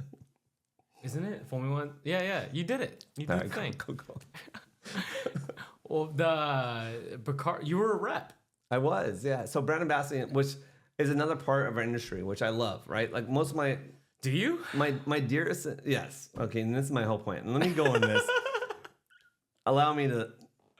I love the T-ball. You just said, let me hit it out of the park. Hit it out of the park. So do you need higher? Most lower? of my friends are lower. Elliot, we love you. Yes. Josh, we love you. And they're all brand ambassadors. I love them to death. French is amazing. I love them all to death. And it's almost like where we all tried to graduate. And I did it for a minute too. You all tried to graduate past bartending to do something else. And it's like sales. But it was marketing. But it was like a subculture of marketing. It's a bullet point under marketing. So what I fell for is, cool, we'll use you for 3 months. We'll get our sales up and we'll discard you really quick. And I hated that. It left like a weird feeling in my heart. I was a bullet point under marketing that I was the first one to go. Like that wasn't okay. So I don't call reps them and stuff. Do they get hired and fired a lot? Yeah, I mean they're the first ones to go. Why is that? Because they're under marketing, and if they're not performing correctly, they'll be the first ones to go, especially under the marketers. So they're like a safety shield of anybody in the marketing portfolio. But when it comes to everything else, but what I'm saying is like they're the ones that are, the ones that actually do it right are party planners. Okay. And that's what they end up going to the party planner position. So I love them to death, but like events. Yeah, they're party planners. I mean, for bartenders. Yeah. But the thing is, no bartenders ever go to what they go to. Yeah. And they're supposed to have knowledge. They're supposed to give. I need water. This is not going to do. I'm gonna get you water, and we're gonna go pee. We're taking a break, guys. We're coming back. All right. We are back, folks. Why does every bartender want to be a rep? So before, I don't know, 20 years ago, there wasn't reps. I mean, there were sales. There was sales. Well, I feel like the alcohol industry is more competitive now because there's 1,000 tequilas, 1,000 whiskeys. Yeah. Why do you need a rep? And that's why you need a rep. Sales associate. Okay. I would call them, and I agree. But most of them don't even do I mean, yes, you're a sales associate, and then you become a rep. When it comes to selling the booze, like Jack Daniel's, it'll sell itself. So why is there a Jack Daniel's rep? 1942, which is a great brand, Don Julio, like Toot Toot. I take that. They do that because there's a lot of bartenders who do not know the history of the spirit. They don't know the story of the spirit, and explaining and having those classroom sessions makes their story, brand, and whatever known to the bartenders that are selling the spirit. I love that, and I would love for you to be a devil's advocate on most of these things because I want to know. I mean, I don't disagree with that. Okay. Yes. Does everybody that comes in ask for Jack want to know the knowledge of? No. No. Zero. Typically not. And as a bartender, if I wanted to know more about Jack Daniel's, can I go on Google and say like, oh, what is this made from? Is it Tennessee? Oh, it's Tennessee whiskey, not actually considered. And there's a whole story behind it. You're totally right. But the thing is, the people come into a bar and ask bartender questions. And the reason why they're asking you these questions is they do want to know. Like, if you order espresso martini and you're talking about the model who was like, make me something that will wake me up and fuck me up. And you hear the story about that, you know, like, oh, people will fucking talk. And you're disagreeing with the story that I'm talking about right now. I again, never let the truth come in between a good story. As a writer, never let the truth become in a good story. 100%. If it is, who knows? 100%. Sounds great. Sounds great. Let's go with shaking Vespers then. Yeah. No, I agree. Because whoever the guest knows, they're not going to look up fucking Right, so how the Vesper is or Again, whatever. you're hiring writers Yeah. to spill your thing. Or storytellers. Storytellers. They're not right. What I'm saying is, as a bartender, a professional bartender, there's a couple of different avenues that you could go in this world. You could become an owner of a bar. Sure. Which I eventually want to become. You can become a professional bartender. There's brand ambassadoring, where you hark on one bottle till the day you die, or until they fire you and you go hark on another bottle. Basically, that is a used car salesman. You give me 3 bullet points, I could sell you that liquid glass. I feel like that industry though, you get to go to a lot more nice dinners than car Do you? salesman. When it comes to That one that we went to was really good. no, when it comes to what is parade, it? I love them to death. Ocean? When it comes to 40 parade Ocean? per hour, I guarantee you, the bartenders make more. Yeah. Because parade per hour, they wake up and they hustle. Yeah. And more power to them. They're my friends. I love them to death. I don't have that in me. I tried it, but parade per hour, bartenders make more. Which, as a bartender, allows me to write more. Which I should write a lot more, but sometimes I'm a little tired. So I do bartending because like I get time slotted to write. What do you write about? What don't I write about? My life. I mean, I'm still doing research on my novel. This is part of it. What does writing Your do chapter for you? 45. Oh, thank you. 45? That's pretty low. I thought it would be like 145 right now. I'm not that old, buddy. Jesus. No, writing, it basically allows me to express my thoughts. Like it's something that's always been there. Free therapy. Yeah, we all do it. Again, everybody's a writer. We all do it. I think people don't do it enough now. I think more people do than they shouldn't. Meaning this. If you have nothing to say, just don't say anything. Right? Everyone has something to say. Right. Everybody thinks they have something to say. Sure. It doesn't need to be said. Okay. Most of the time. What makes the things that... With that being said, Okay. A Star is Born comes to mind. Bradley Cooper. Okay. You know, like the whole thing of like, do you want to make that fucking pop album? Or do you want to make something good that everybody else It was a good movie. It's a good movie. That movie was good. It was good. And then he committed suicide. So there's Did he? that to be said. Yeah. Oh, in the movie. Oops, spoiler alert. Can we say spoiler alert? Yeah, I mean, Don't watch it. Not really, because like the movie happened already. And it's been remade too. So Yeah, that's what I'm saying. Yeah. No, my whole thing is like, there are bartenders that bartend, and yeah, they're ones that call themselves bartenders that don't understand what it is to bartend. Like that means you're not a bartender. Like, yeah, you made a cool cocktail, or you thought that your expression of a margarita, which is called like a riff. A riff is a rip-off. That's the name of riff. Rip-off. Riff. A riff of margarita is a rip-off of margarita. So whenever someone says riff, it's rip-off. But even then, like, you're just Mr. Potato Heading a margarita. You're taking an ear off and saying, oh, this is my cool punk ear. I'm going to make a spicy margarita. You didn't invent that. You're not like... Even if you consider yourself the best bartender, you're not the best bartender. Even if you get a plate that says you're the best bartender, you're not the best bartender.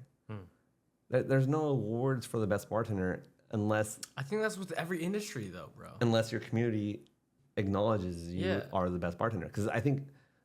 And yeah, there's accolades, and I guess that's my problem. I mean, I think that's like the even the Golden Globes or the Academy Awards or anything like that. I agree. It's just people saying that, oh, we agree that your shit's somewhat good, but does it matter at all? No, not really.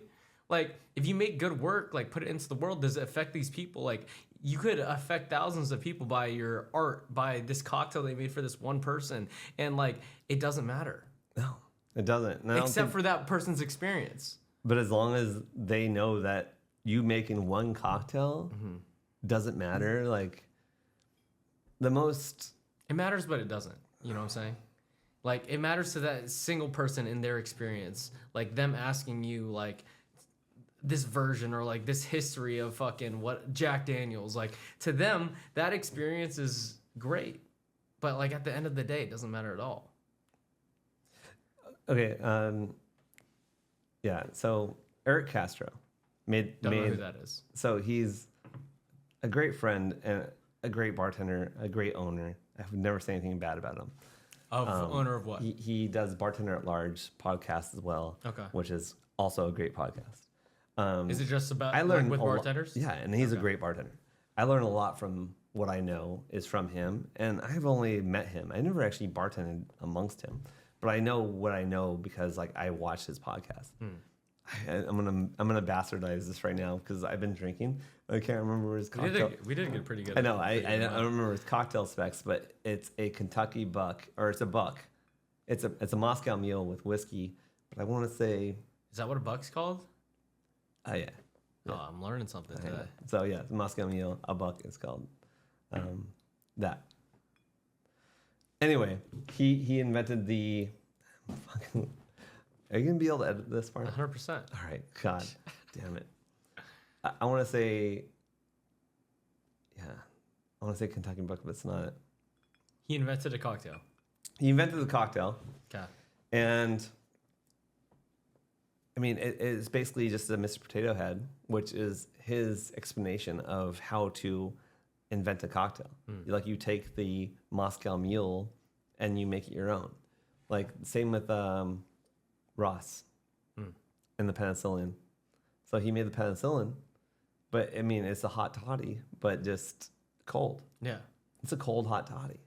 Cold has a little ginger in it, Yeah. but it's cold hot toddy. So I mean, like after a while, like you as a bartender, you realize that all these things aren't really new inventions. They're just like they're one-offs, and They're riffs. they're riffs. And Why do you get mad? Why do you get so mad? By the way, Am I mad? No. Like because like I don't care. My whole point is like I don't care because like cool. I know their name. Sam Ross is his name. I know Eric Castro's name. But when I talk about like, I don't know, like the Dave Wondrits of the world or the Dale DeGroffs of the world, you know, like I'll mention them and they'll be like, yeah. Like you'll just as long as you know that I'm not mad. I'm like you're not mad, but like you'll brush it off.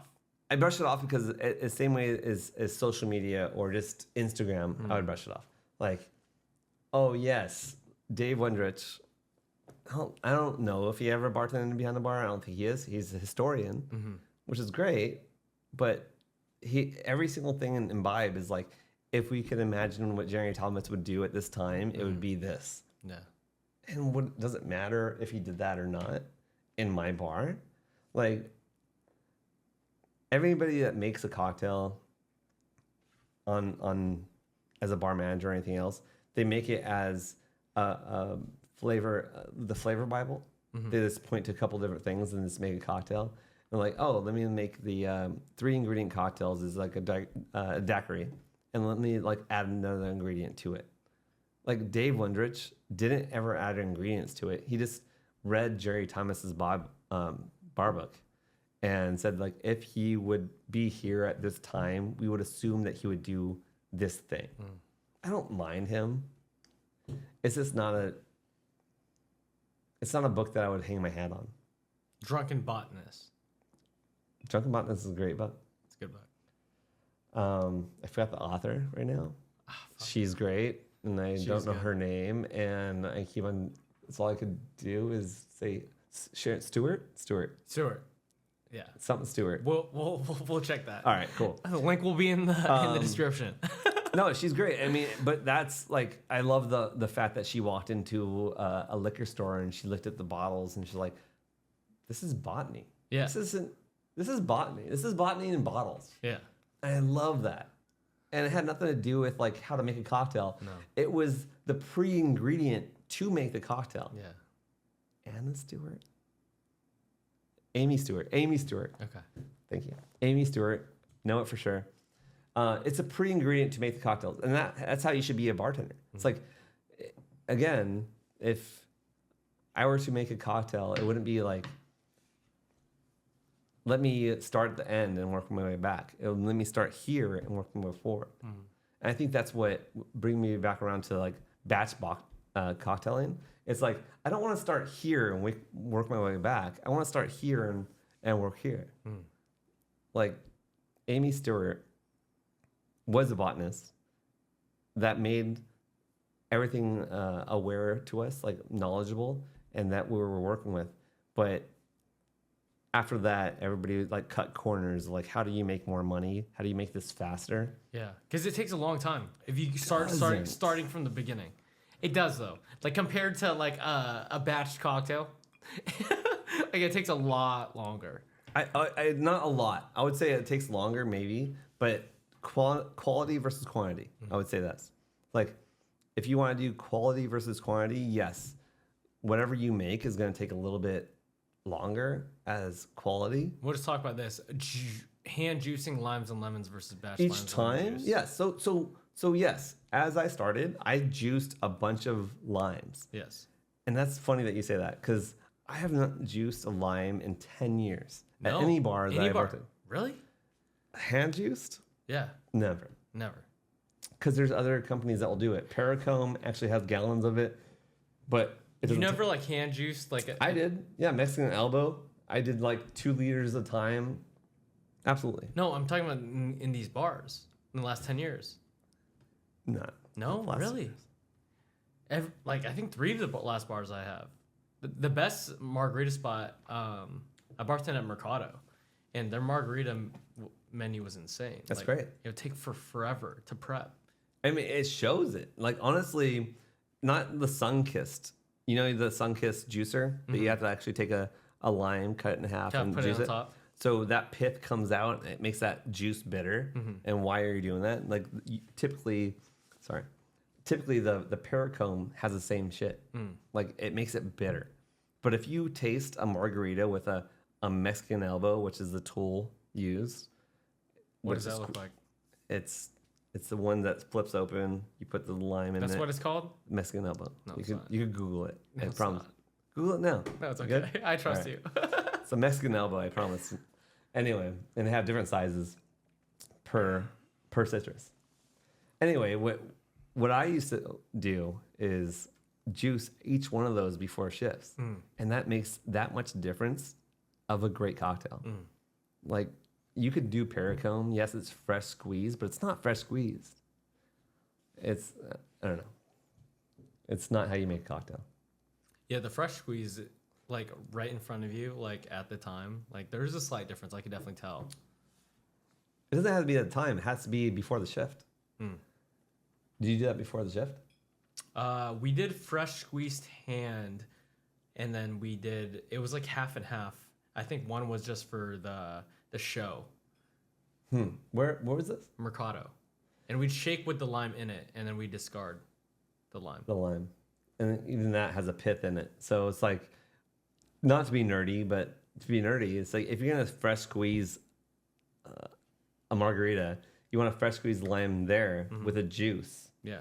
So if you do the sun-kissed, like the rotation and you have the pith in there, it makes it bitter. Yeah. You have that bitter part. But if you just want the juice, the fresh juice, that's the best way to do it.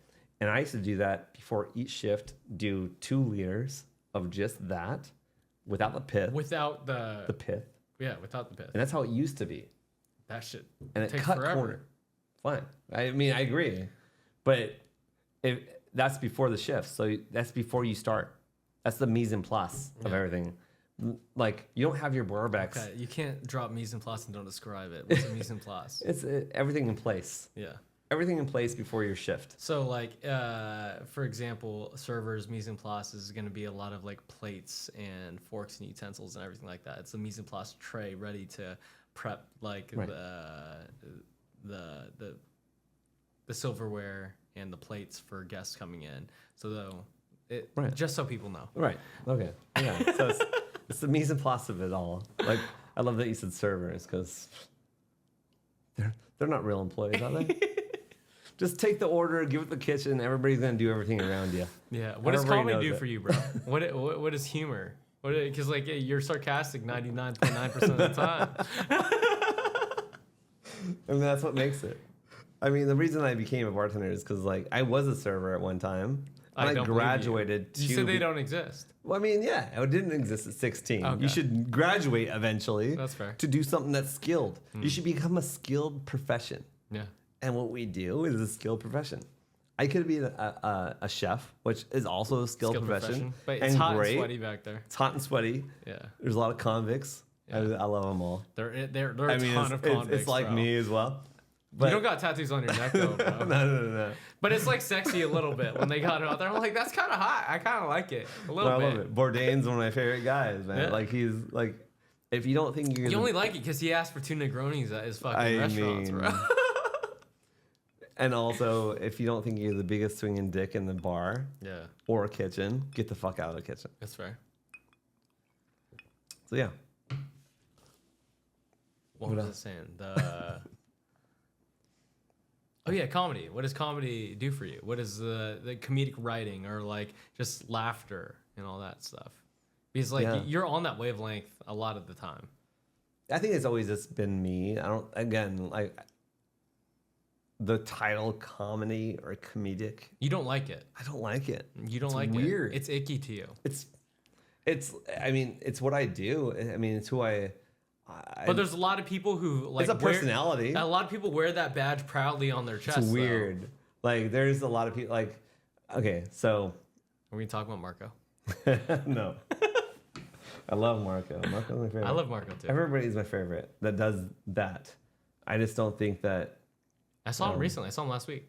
Yeah. Yeah, it was good. It was the first place that I went to, and it was this comedy lounge that I've never been to. It was kind of sick, but God. I mean, I honestly love the fact that they struggle at what they do. They don't write enough, and they don't do crowd play. Nowadays, like everybody says, like, give me your phone before you walk in, right? There's no, and don't heckle the comedians. Yeah, why is that? I don't like it. Why? And if you're asking me why, there's a bunch of speculations. Like I think, like they're all soft-skinned actors, and actors are the same as servers. If you're not a bartender, I mean, they are servers. you're a server, and if you're a server, you're an actor. Sure. If you're a bartender, you're a writer, and if you're a bartender that writes, get the fuck out of my. No. If you're a bartender that serves, get the fuck out of my bar. That's what I was gonna say. Anyway, like when it comes to the comedic talent now, it's like I do it every day behind my bar. Like whenever somebody comes to my bar, I do crowd play. No one does crowd play anymore. Yeah. No one just chats with the bar. Like Why don't you do that in crowd play versus crowd play with like bartending? Like, what's the difference? Like, why don't I get on stage? Yeah. There's no money in it. There's no money, and honestly, like, Why does it have to be for money? Let me ask you this. You're right. I love that, but look down the line of where do you want to be as a comedian? A comedian. Me. No, just like if you're a comedian, like where would you want to be? Where would I want to be if I put myself in the comedic shoes? I'd probably, if I wanted to be a comedian, I would want to be traveling, doing comedy around the U.S. every day of your life. I don't know about every day. I would say seasons. I think that the end game to that is to be an actor, to work in a show. I would say that. Like I'm not wrong or off on that, right? Like if you want to be a comedian nowadays, you want to like it's a hash mark underneath your resume. I don't believe that. No. You want to be a comedian? Like there's For example, I look at a rock star, right? So look at I don't know, just say like Queen. Okay. And they're playing the same songs around the U.S. They made this one piece of art that was really fucking cool, and everyone wants to see it. Or if you look at Matt Rife right now, Right. Like, or Thank you. and he's going around and he's playing crowd work, right? But it's a lot of the same shit. It's planted, but yeah. Sure, right? But the thing is, like, it's the same thing over and over again, but you're getting reactions from different people from around the world. And you're just doing the same act. It is acting at that point. Because, like, versus comedy in a club where you're trying to, like, put your act together and this and that, your act is already made when you're traveling. Like, the amount of times Joe Rogan or Tom Segura or Chris, whatever comedian it is, once they go on tour, the act is already there. Like, they've already curated it to the point where they become an actor. And they're just playing the part once they go on the road. Yeah, but how far does that part go? Like, how does until all the people who've wanted to see them, and then you make a new act. I agree. So you're talking about 1% of the 1%. Like, I want to become an NBA star, so I'm LeBron James or nothing else, right? Like, I think that's different because you're not you're not gifted the genetic ability to be 6'7". Okay, there's that as well. But you're not gifted the ability to be a sociopath talking about like just False. narcissistic I don't things. believe that. I feel like you can. That Rafe does. I feel like you can. I believe that I do as a bartender. 100%. I agree. You do the same thing. I know, but I don't like there is a thing where it steps between a character Okay. and actually a writer. Okay. I don't think that they write. Not to be. How do you know that? Not to be offensive, they're clowns. They're clowns. I mean, Sure. comedians are clowns. Okay. Like the best ones, like George Carlin is a sage. Like he saw things, like observational humor. Okay. Seinfeld, Carlin, like Gary Stanley. Yeah. like What's the point? Those ones are actually writers that are observational humor rather than just doing now what is passing of like just dick and fart jokes. Like That's the thing that did piss me off. Every time I do go to a comedy, it's idiocracy. every time I do go to a comedy show now, it is a lot of just like dick and fucking sex jokes. It's shock value for shock value. Yeah. Don't get me wrong, it will shock you once, but if you keep on doing it, it's like, can you give me some substance? Yeah. Like it's a Snickers bar of comedy. Like it's not satisfying enough. It's satisfying just enough, but that's not enough. Give me a meal. Yeah. George Carlin. There's not going to be any. So of why those. don't you be the why don't you Me? try to? Yeah. I'm not smart enough. I don't believe that. Any bartender would be the best comedian, and that's the thing. Is like, if you're looking for a therapist, if you're looking for a comedian, if you're looking for all these things, that should be your bartender. And not every therapist that you go to is like, oh, that's my therapist. If it's not your therapist, go to another therapist. Go to another bar. It's right down the street. Find your favorite therapist. Find your favorite comedian, and find your favorite bartender. That was a motivational speech right there. No, there is something romantic about like a certain bar too. Like you go in and you know the people, and there's something cool about like you go into a place and like they know who you are. They get you what they already know what you want. Like you know you're getting your Grey Goose and soda, right, without a straw or a lime. That's 10% of what why I came in. Yeah. That's less than 10%. I'm just using 10 as a thing, but that's like less than 10%. When you brought me into Dresden, bro, and they were playing Benny and the Jets with this guy who barely doesn't no one knows who he is. I'm just like, damn, bro, you're pretty good. And then we ordered that coconut cake or whatever. I was like, dang, this place is fire. And talk to me about the Dresden real quick. Like, they're the best. They're the best. They're family owned. It's Mark that runs the place, and he does all the work. And he does all the work. Yeah. Like, yeah, that's great. The thing is, like you said earlier, is like people who put in the work, who are the top of the food chain. Like, it gives you respect. Like the amount of bussers who work under us, who will do the work if they see us do the work. Right. That makes sense. It does. And that's another thing. It's like there should be a trade profession of where the bussers actually want to learn what we're teaching them. 100%. But it's not there anymore. The trade has gone away. I also think it's not accepted too. Like there's a couple bussers who I've like given books to or like tried teaching them stuff, and like the absorption is minimal. And I'm just like, why are you like that? Like, you are at this position where you make X amount of dollars, and if you absorb this knowledge, you make 2X that amount of dollars. I agree. The books are what? It doesn't matter about the books too. I'm talking about just like, I agree, but like the books are, there's so many books nowadays. Morgenthaler, like Needham, like everybody has a book. Like I love the books, but they're all the same thing. It's like your story and then recipes. I don't want that. Like as a bartender, I can't read another book. Death and Company. As you know right now, but if you were brand new, you would love to have all the recipes. No, I think that you're saying is like as a consumer, right? Like so, as a barback who doesn't know any recipes. So okay, as a bartender, do I want to release another book of bartending? No. Why would I? Because it's all out there. It's all out there. It's like making another bitters company, right? Yeah. Am I right? No, you're right. There's only so many you could do, and honestly, you're just speaking to the choir. Yeah. So yeah, I don't want to make another bartender book.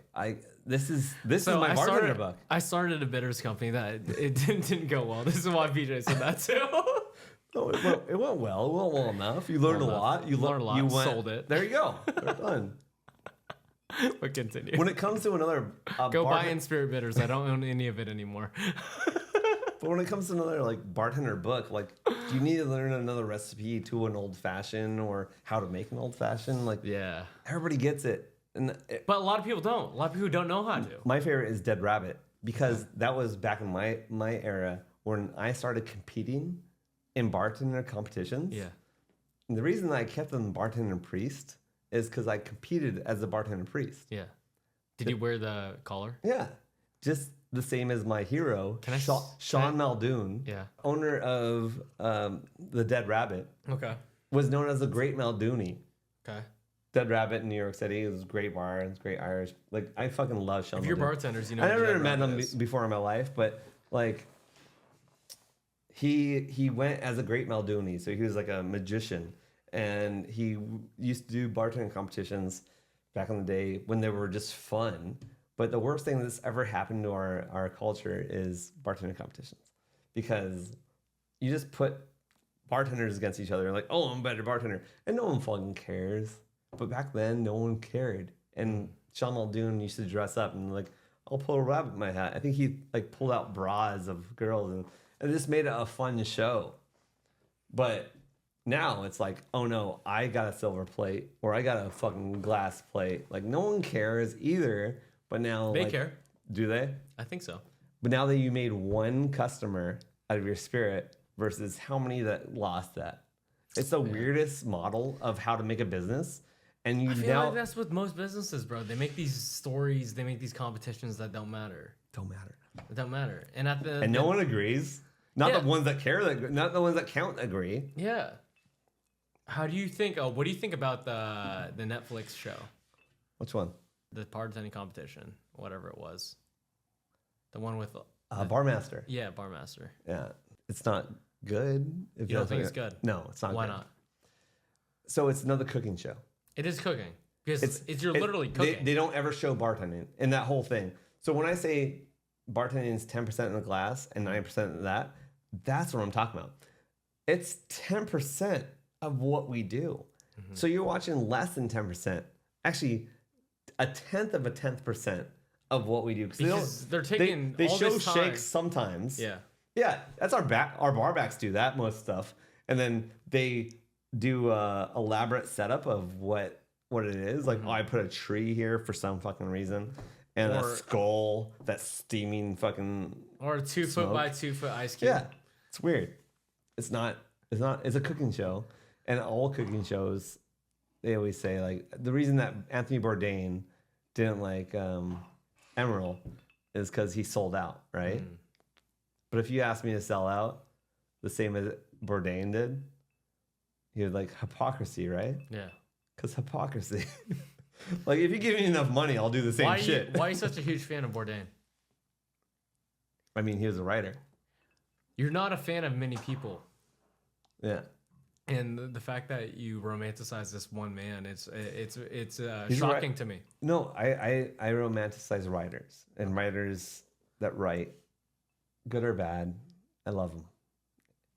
Bukowski's the same way. Like, Bukowski could have been a great bartender, but he was a writer instead. Like, I think I'm a great writer, but I'm a bartender instead. That's the thing. Bourdain is a great writer. He was a chef for a period of time. Not towards the end. Right. And I think a lot of other chefs would say, like, he was a good writer. Yeah. He made some good meals, but majority of his life was about writing, not about being a chef, not about being a cook. Yeah. He knew how to do it. So do I. What does writing do for you? I'll say for me, like, I guess just journaling or putting thoughts down to paper. It lets out, like, at least makes me see objectively what's in my head of, like, oh, this is what is actually going on. Because everything that's going on in your brain, it's like all over the place. And if you could put it down in one place and then read it and be like, okay. like this is what's going on, and you could see it in front of you, and you could kind of map it out to see like this is what I need to work on, or this is my true feeling about it. Like that's what it does for me. I agree. Know? And no, like, I think that I said at the very beginning, it's like this form of communication, the reason I stopped myself from doing it for 2 years is because I understand it. But this is a form of writing. This is writing, even though that. What do you mean by that? You keep saying that. It's not pen to. Okay, so there's this whole thing of like we write more now than we've ever done in the history of the world. Yeah, you keep saying that. Not mean that we like do pen to pencil and like or pen to paper, and actually write novels. You're putting your pen tips, your pencil tip, guys. Pen, pen to paper. Anyway, and we do the thing. Yeah. What we're doing now is the same thing as writing. It's explaining what we know and growing, like understanding the world that we live in. And honestly, that's what we do in the podcast form. Like the only reason I listen to podcasts isn't because like or AM radio isn't to learn. It's just to like really to hear. No, I'm not. I don't think I want to learn more. If it happens, it happens. Okay. But I don't seek out to learn more. Really? I seek out. No, I don't.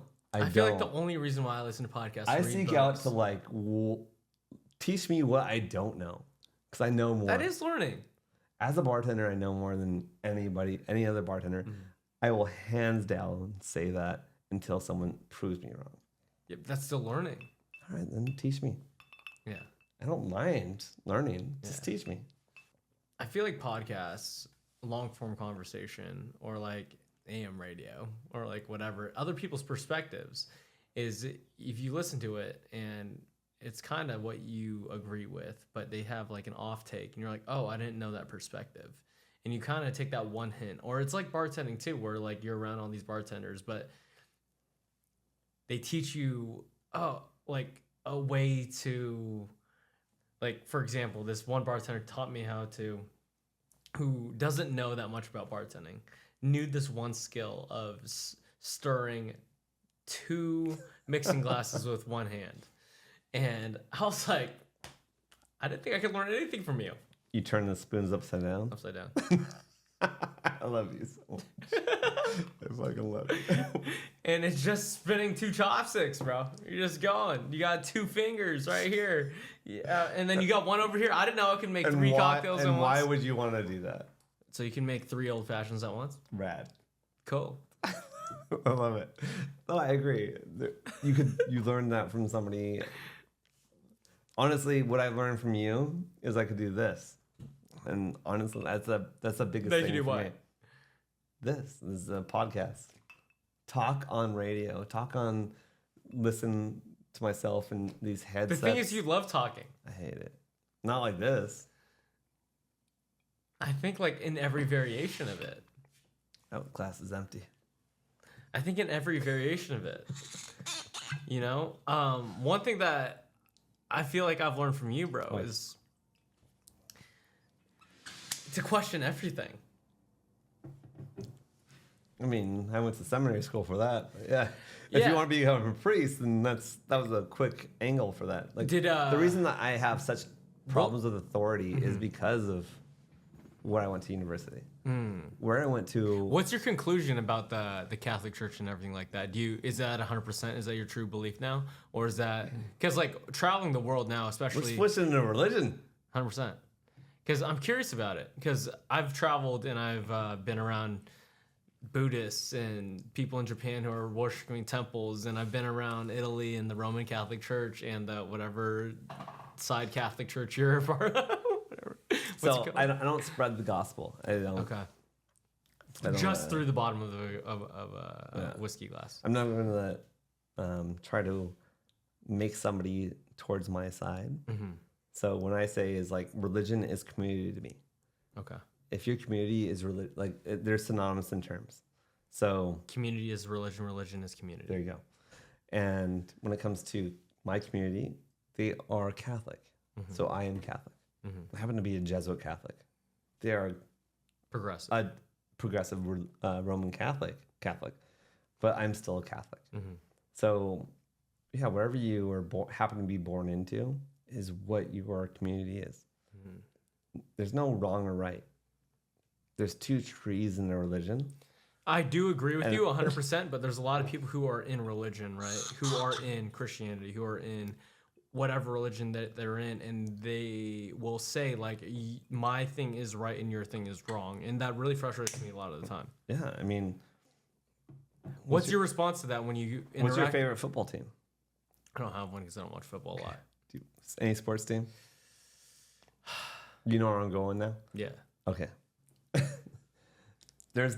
You can't choose your side. And I wouldn't say like me that when I always profess that, like, I don't spread the gospel, I'm not going to change your mind. I'm not here to change your mind. Your mind is your own mind to make. There's a lot of people who want to change your mind though. Yeah. The same. You experience it from bartending all the time. Right. I'm gonna bring this back to the bartending because there's 3 rules to bartenders. You don't talk about politics, money, or religion. They will talk to you about it though. But you can. Yeah. But you can't you can't persuade them, and that's why I think that we're the best therapists. But like, why are you a therapist? I do that. Why are people therapists? Yeah. Because they studied psychology. The thing about that too is like we study psychology, right? Like you see it every day, and the different types of people. I was interviewed recently, maybe 6 months ago, by a USC person studying to be a therapist, and it was so funny because she was like, "You know everything." I was like, "What do you mean?" She was like, "You know all the tendencies and stuff I'm talking about." I was like, yeah, because I've seen a lot of people. Like, there's a lot of people who study these things who haven't experienced all types of people. Like, when you understand, you see these different types of career paths, or people who are sad all the time, or people who are happy all the time, or people who are narcissistic all the time. Naturally, we know how to react. We can't really objectively say, like, oh, you have to act this way. But you just understand by their body language and how they talk. Exactly. Because we've experienced all of them. Right. Like, why do you need a certificate or a degree to know what we already know? Because I've been doing this for 25 years. I've seen our dime university and every person that has attended to it. Yeah. And I know what they think. Like, I don't have much advice, but maybe you shouldn't have so much advice. Yeah. Because that's what ruins everybody. If by spreading too much gospel, by spreading too much what you think, let other people think what they think. And then, like, we haven't, and we're still friends. I don't know all the ins and outs of Nate, but, like, I know that, like, I'm not trying to turn you one way. Yeah, because I think we still don't know. I think we come at it from the... I know, but I just don't want to tell you. Why would I want to give you the secrets? From my perspective, we're coming at it from the point of we don't know anything and we're just trying to figure out what's true. Yeah. There's a lot of people who come at it from like, I know everything that's true. Let me show you why it's true about it. I know everything that's true. I just don't want to show anybody my secrets. That's fair. And that's how you should. I mean, from a personal training standpoint, bro, like a lot of people will ask me, like, what gives you the right to prescribe this person this movement or this whatever to help them? I was like, I've trained over 300, 400, 500 people over the last like 7 years. I've fucked with people to the point where like I probably wasn't good for their arm. But like I fucked with so many other people that I'm like, oh, this has worked so many times that this probably helps your carpal tunnel, you know? And then I'm at the point now where like it's worked so many times that like, oh, these 5 exercises that I've experienced with all these people who I've probably hurt a decent amount of them, but I fixed a lot of them as well. And I was like, oh, this works. Like, you know, like this is why. I've done my own experimentation with these people. And like a lot of people be like, oh, you're not certified or this and that. But like, we're not certified therapists as a bartender either. But like, oh, if someone tells me I'm sad for this reason because of whatever, I'm going to tell you this is what I tell most people and it usually works. Take 2 shots and call me in the morning. 100%. Or just have some, like, don't get me wrong. There is some cases that come in. It's like, what's the craziest thing that you've heard, bro? Like, I want to hear some dark shit, bro. No, you can't. As a priest, I can't do that. You can't say the confessions. No, I mean, you hope that they go on, and I never see them again, and they go on and experience their lives in the best way. But I think I learn more from them than they learn from me. Yo, so if you have any advice to give to someone who wants to be a bartender or who wants to, because it's hard out here, bro. Like there's a lot of people who want to do the thing, who want to be on stage because it is a stage in some sense, who is an artist in some sense, in the aspect of you're creating this art form of a cocktail that can be consumed that also elevates your mood or like whatever in some certain way. Like, what's your advice to that person who's like 19 who wants to be a bartender? Yeah, I mean, yes, it's all those things. It's the fun part about it. And it is fun, and it should be fun. I always say, like, make bartending fun again. Has that been said? No, I don't think so. Okay, cool. I mean, I think it's fun most of the time. No, yeah. Like, make bartending fun again. Like, it's supposed to be fun. You're not supposed to do it for life. If you happen to do it for life, like me, like, lean into it. But if you don't, like, make it fun. Make it about your guests. It has nothing to do with the liquid in your glass. No one cares. No one cares about your obscure garnish or the ingredients. Make it fun for them. I guarantee you they'll come back to you, and they might even be the person that offers you a different job. And it's been offered to me too. Like, just knowing cocktails is great, but getting to know them and presenting yourself as a resume each time a guest walks in your door is what bartending is. How do you get there though? How do you even get the spot? Because there's a lot of people who want to be a bartender, but they, you know what I'm saying? Everybody's a bartender nowadays. Are you kidding me? Like, you've worked with many of them. I want to name them now. And like, no, everybody thinks they're a bartender. I'm pouring liquids in glasses. Let me do it. No, you do have to like put some knowledge into it of, I don't know, just be personable. Like, know what spirits are, at least, minimum. Know the difference between vodka and gin. Or no, the whiskey part's hard. A lot of people who the ryes, the bourbons of the world.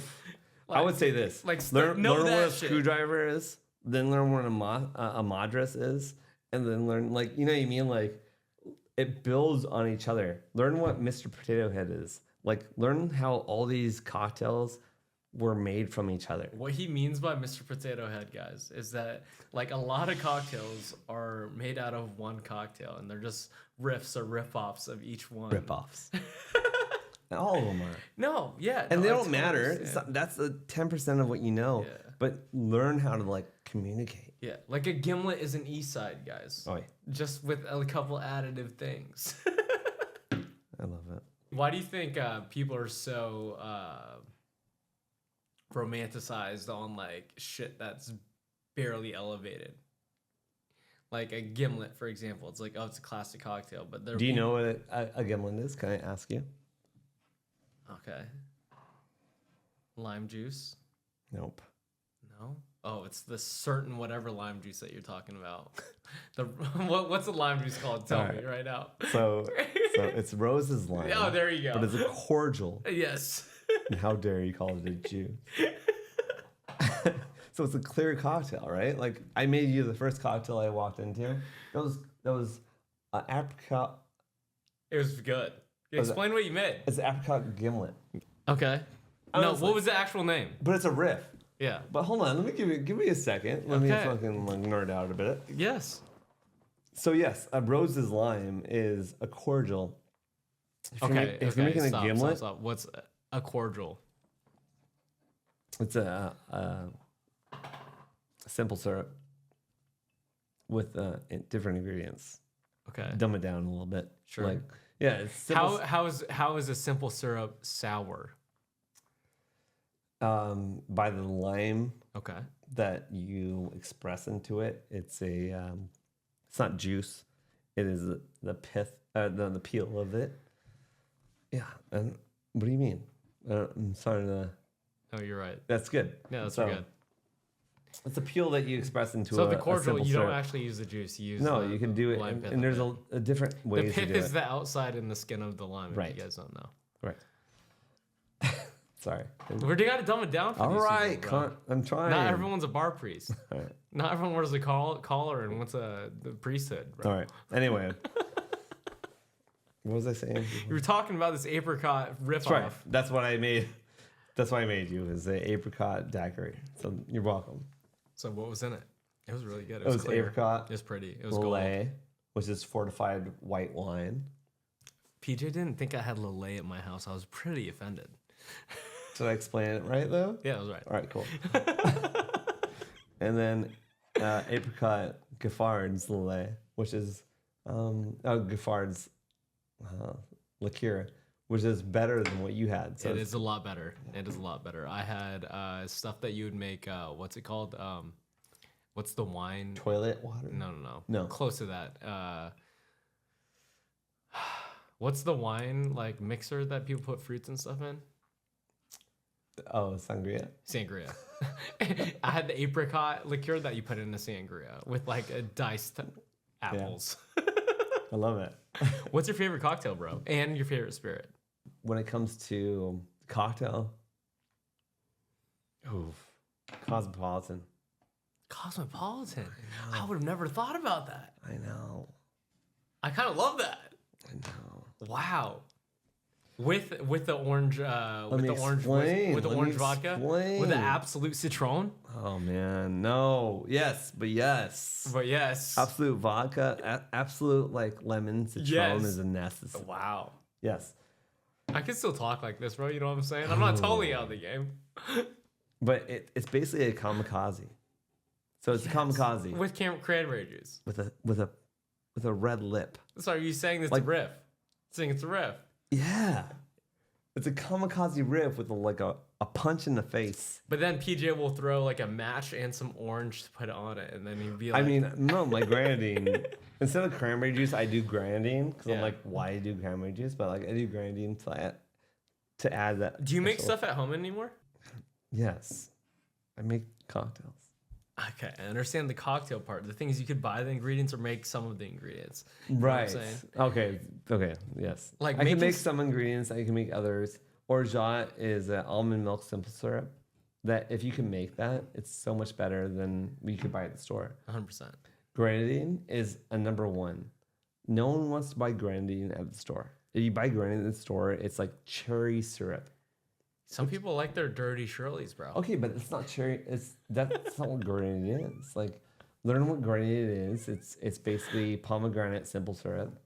It is pomegranate simple syrup. It's not basically. Yeah, it's minimal knowledge. I'm not a genius here. I guarantee. No, I understand that, bro. But there's a lot of people who don't know that. I know. Who are those people?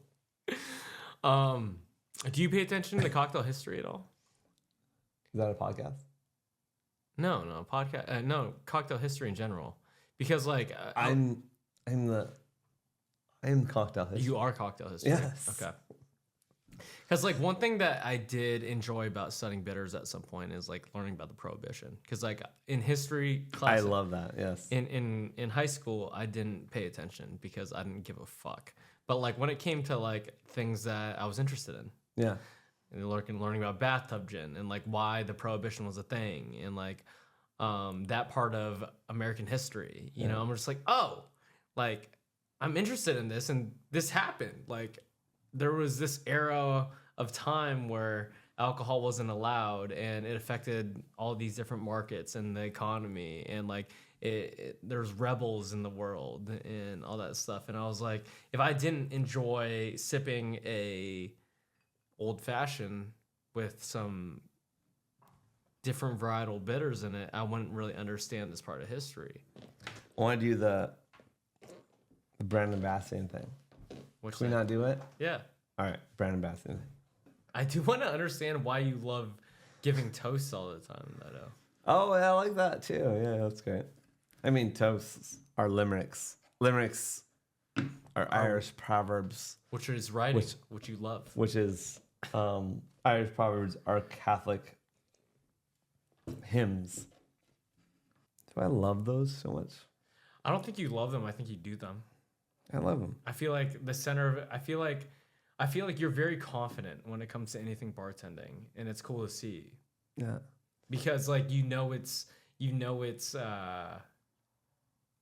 correct, and Right. you could give the drink, or if you could give the area of time or whatever the stage it deserves. Right. And when it comes to like this limericks in general, Well, you've memorized all of them. it's fun. It's fun. A lot of it too, like all these toasts and stuff. It has If you walk into a bar, like it should be fun, and it should be like if that's the first thing that you see, it's like, oh, great, grand. Like it should be fun. What are some of the favorite bars that you go into in Los Angeles that people had to go into? Dresden, number 1. We already talked about that. All right. Number 2. Laurel Hardware. No, I'm not there anymore. Number 2, Wally. The more PJ drinks, the more Irish he sounds, guys. Fuck him. I'm a real dad. He just sleep with my mom. He just sleeps with my mom. Wally's. Okay, what else? All right. It's not even gonna make it, is it? Top 5, 3 more. All right. Other ones. Roger Room. Roger Room. Why Roger Room? I used to work there. Okay, that doesn't matter. Why Roger Room? He touched me inappropriately. Besides him touching you inappropriately. No. Honestly, Roger Room is if you ever watched the documentary Hey Bartender, Where's that at? Netflix or... Is it good? It's good. I've never seen it. It's great. You should watch it. It's good? Jesus Christ, you should watch it. It's good. It's honestly on a bone. PJ will tell you to watch Bartender by Tom Cruise too. Like it's good. If you haven't seen it. Cocktail? Cocktail. Jesus I Christ. fucked up. Yes, it's a great movie. Exactly. But it was a better book. Hayward Gold wrote the book. Tom Cruise just happened to be in the movie. But anyway. He did pretty good. Yeah. Make this in the fucking thing. I Make want what? this. Tom Cruise on Hayward Gold's book. That movie should have been better. It is good. It's great. It's great. Actually, all things are great. I don't know what I'm doing. Roger Room. What else? Damn 2 it. more. You got 2 more. Anyway. Roger Room just because what? You work there? No, that's not a good answer. No, because Jason Bram worked there and Damian Windsor worked there. And they were in Hey Bartender. Okay. So watch that documentary. But it's a cocktail bar. It's a bar that is the way I go to it is a bar that you go to meet bartenders and have a chat. Like, don't get me wrong, I could go to any bar and it's like have a shitty cocktail. But if the chat's not there, the cocktail's not there. And I think that's a thing with every therapy meeting. If you don't like the therapist, leave and go to a different therapist.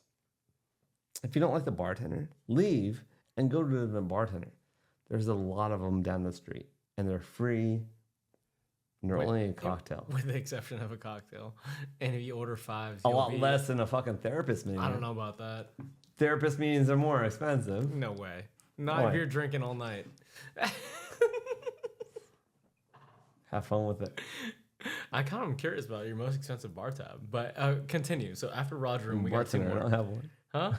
I'm a bartender. I don't have one. Bartenders don't pay for their bar tabs. That's true. But like I feel like we tip a lot. Like, We do. Yeah. Like We shouldn't. We do. We shouldn't. Why shouldn't we? Okay. We do. And we should. Don't get me in a corner. He's just trying to save Don't face get right me in a now. corner. No, because we go to each other's. It's a barter system. At the end of the day, a barter system is like, I give you my services, you give me my services. That's a barter system. No, 100%. Are you gonna give me 2 more places? Do you like anywhere else in LA? I'm trying to get people to go to LA. 2 more places. All right. The Benjamin. I don't even know where that's at. Oh, how was bartending at the Edison, by the way? It was a nightclub bar. I mean, it was when bartenders used to be bartenders. This nightclub bar, make drinks good, fast, and fun. I don't think there's any more of those. Hwood Group has those. Delilah. Right, but they're not there anymore. Like Hwood Group is what I'm talking about the whole time that we've been sitting here, is that ownerships have become so arbitrary, and they hired too many managers to look after them. The talent is not there. The talent has I feel like the talent of LA of all bartenders has gone down, with the exception of a few. because of all the tellers. Like you hire so many managers that say like, no, this is not how you do it. That's not how you do it. They're stealing from you. They'll start firing people. All the best bartenders that like just want to create a rapport behind your bar, just even give a cocktail or two. Like there was a time in my life, like you have 5 cocktails. You could either do all those cocktails for yourselves, you could give them to your customers, or you could expense them at the end of the night of like whatever's wrong. That has gone the wayside, and now it's just like, yeah, all the bartenders, they Why do you eventually want to be a bar owner? Why do you want to own a bar? Because you've always talked about it. You always talk about it once in a while. right. I mean, I still do. Yeah.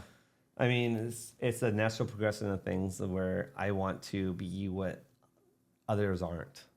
You're right, but you've also been in all these other various business avenues. Like you've been investors in like food companies or like Right. whatever. Like you've done a lot of business outside of just the bartending area. You know, so why own a bar? I mean, hospitality is not there. Hospitality is not at the top level.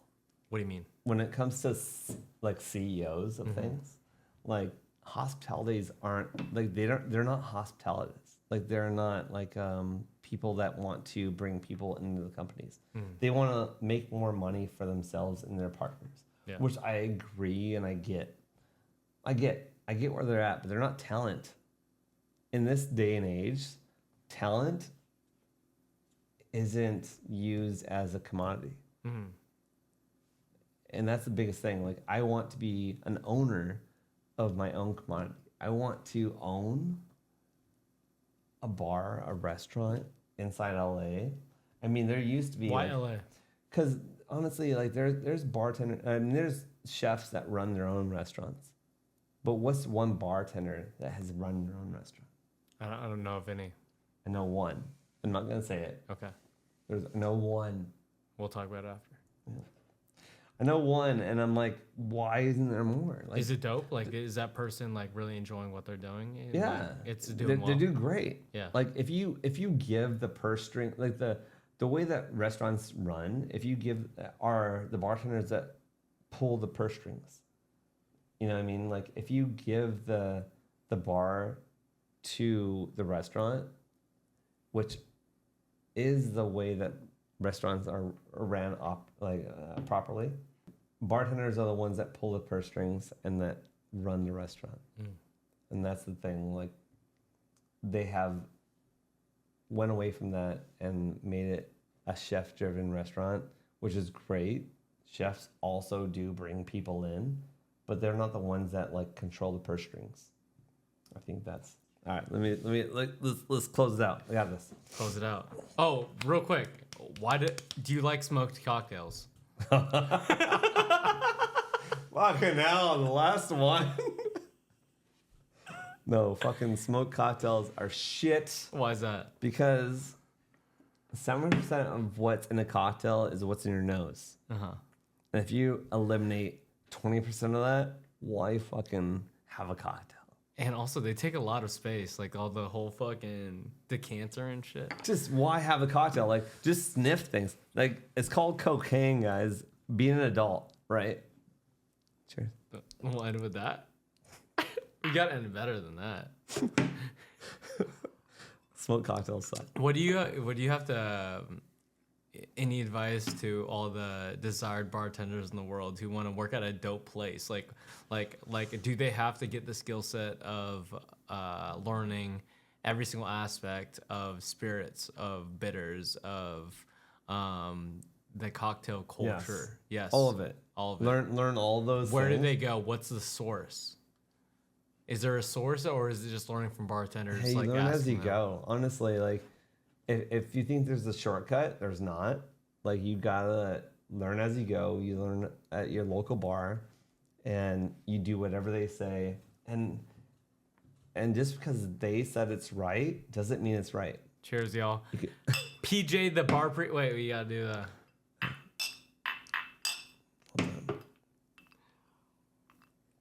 On to that. All PJ's links will be there. If you want to check him out, go to Wally's and go see him there. He'll take care of you in Beverly Hills. Yeah. And there's good food. Pay cash. I don't know if that's true, but yeah. Pay cash. Peace. We'll see you next time. Bye.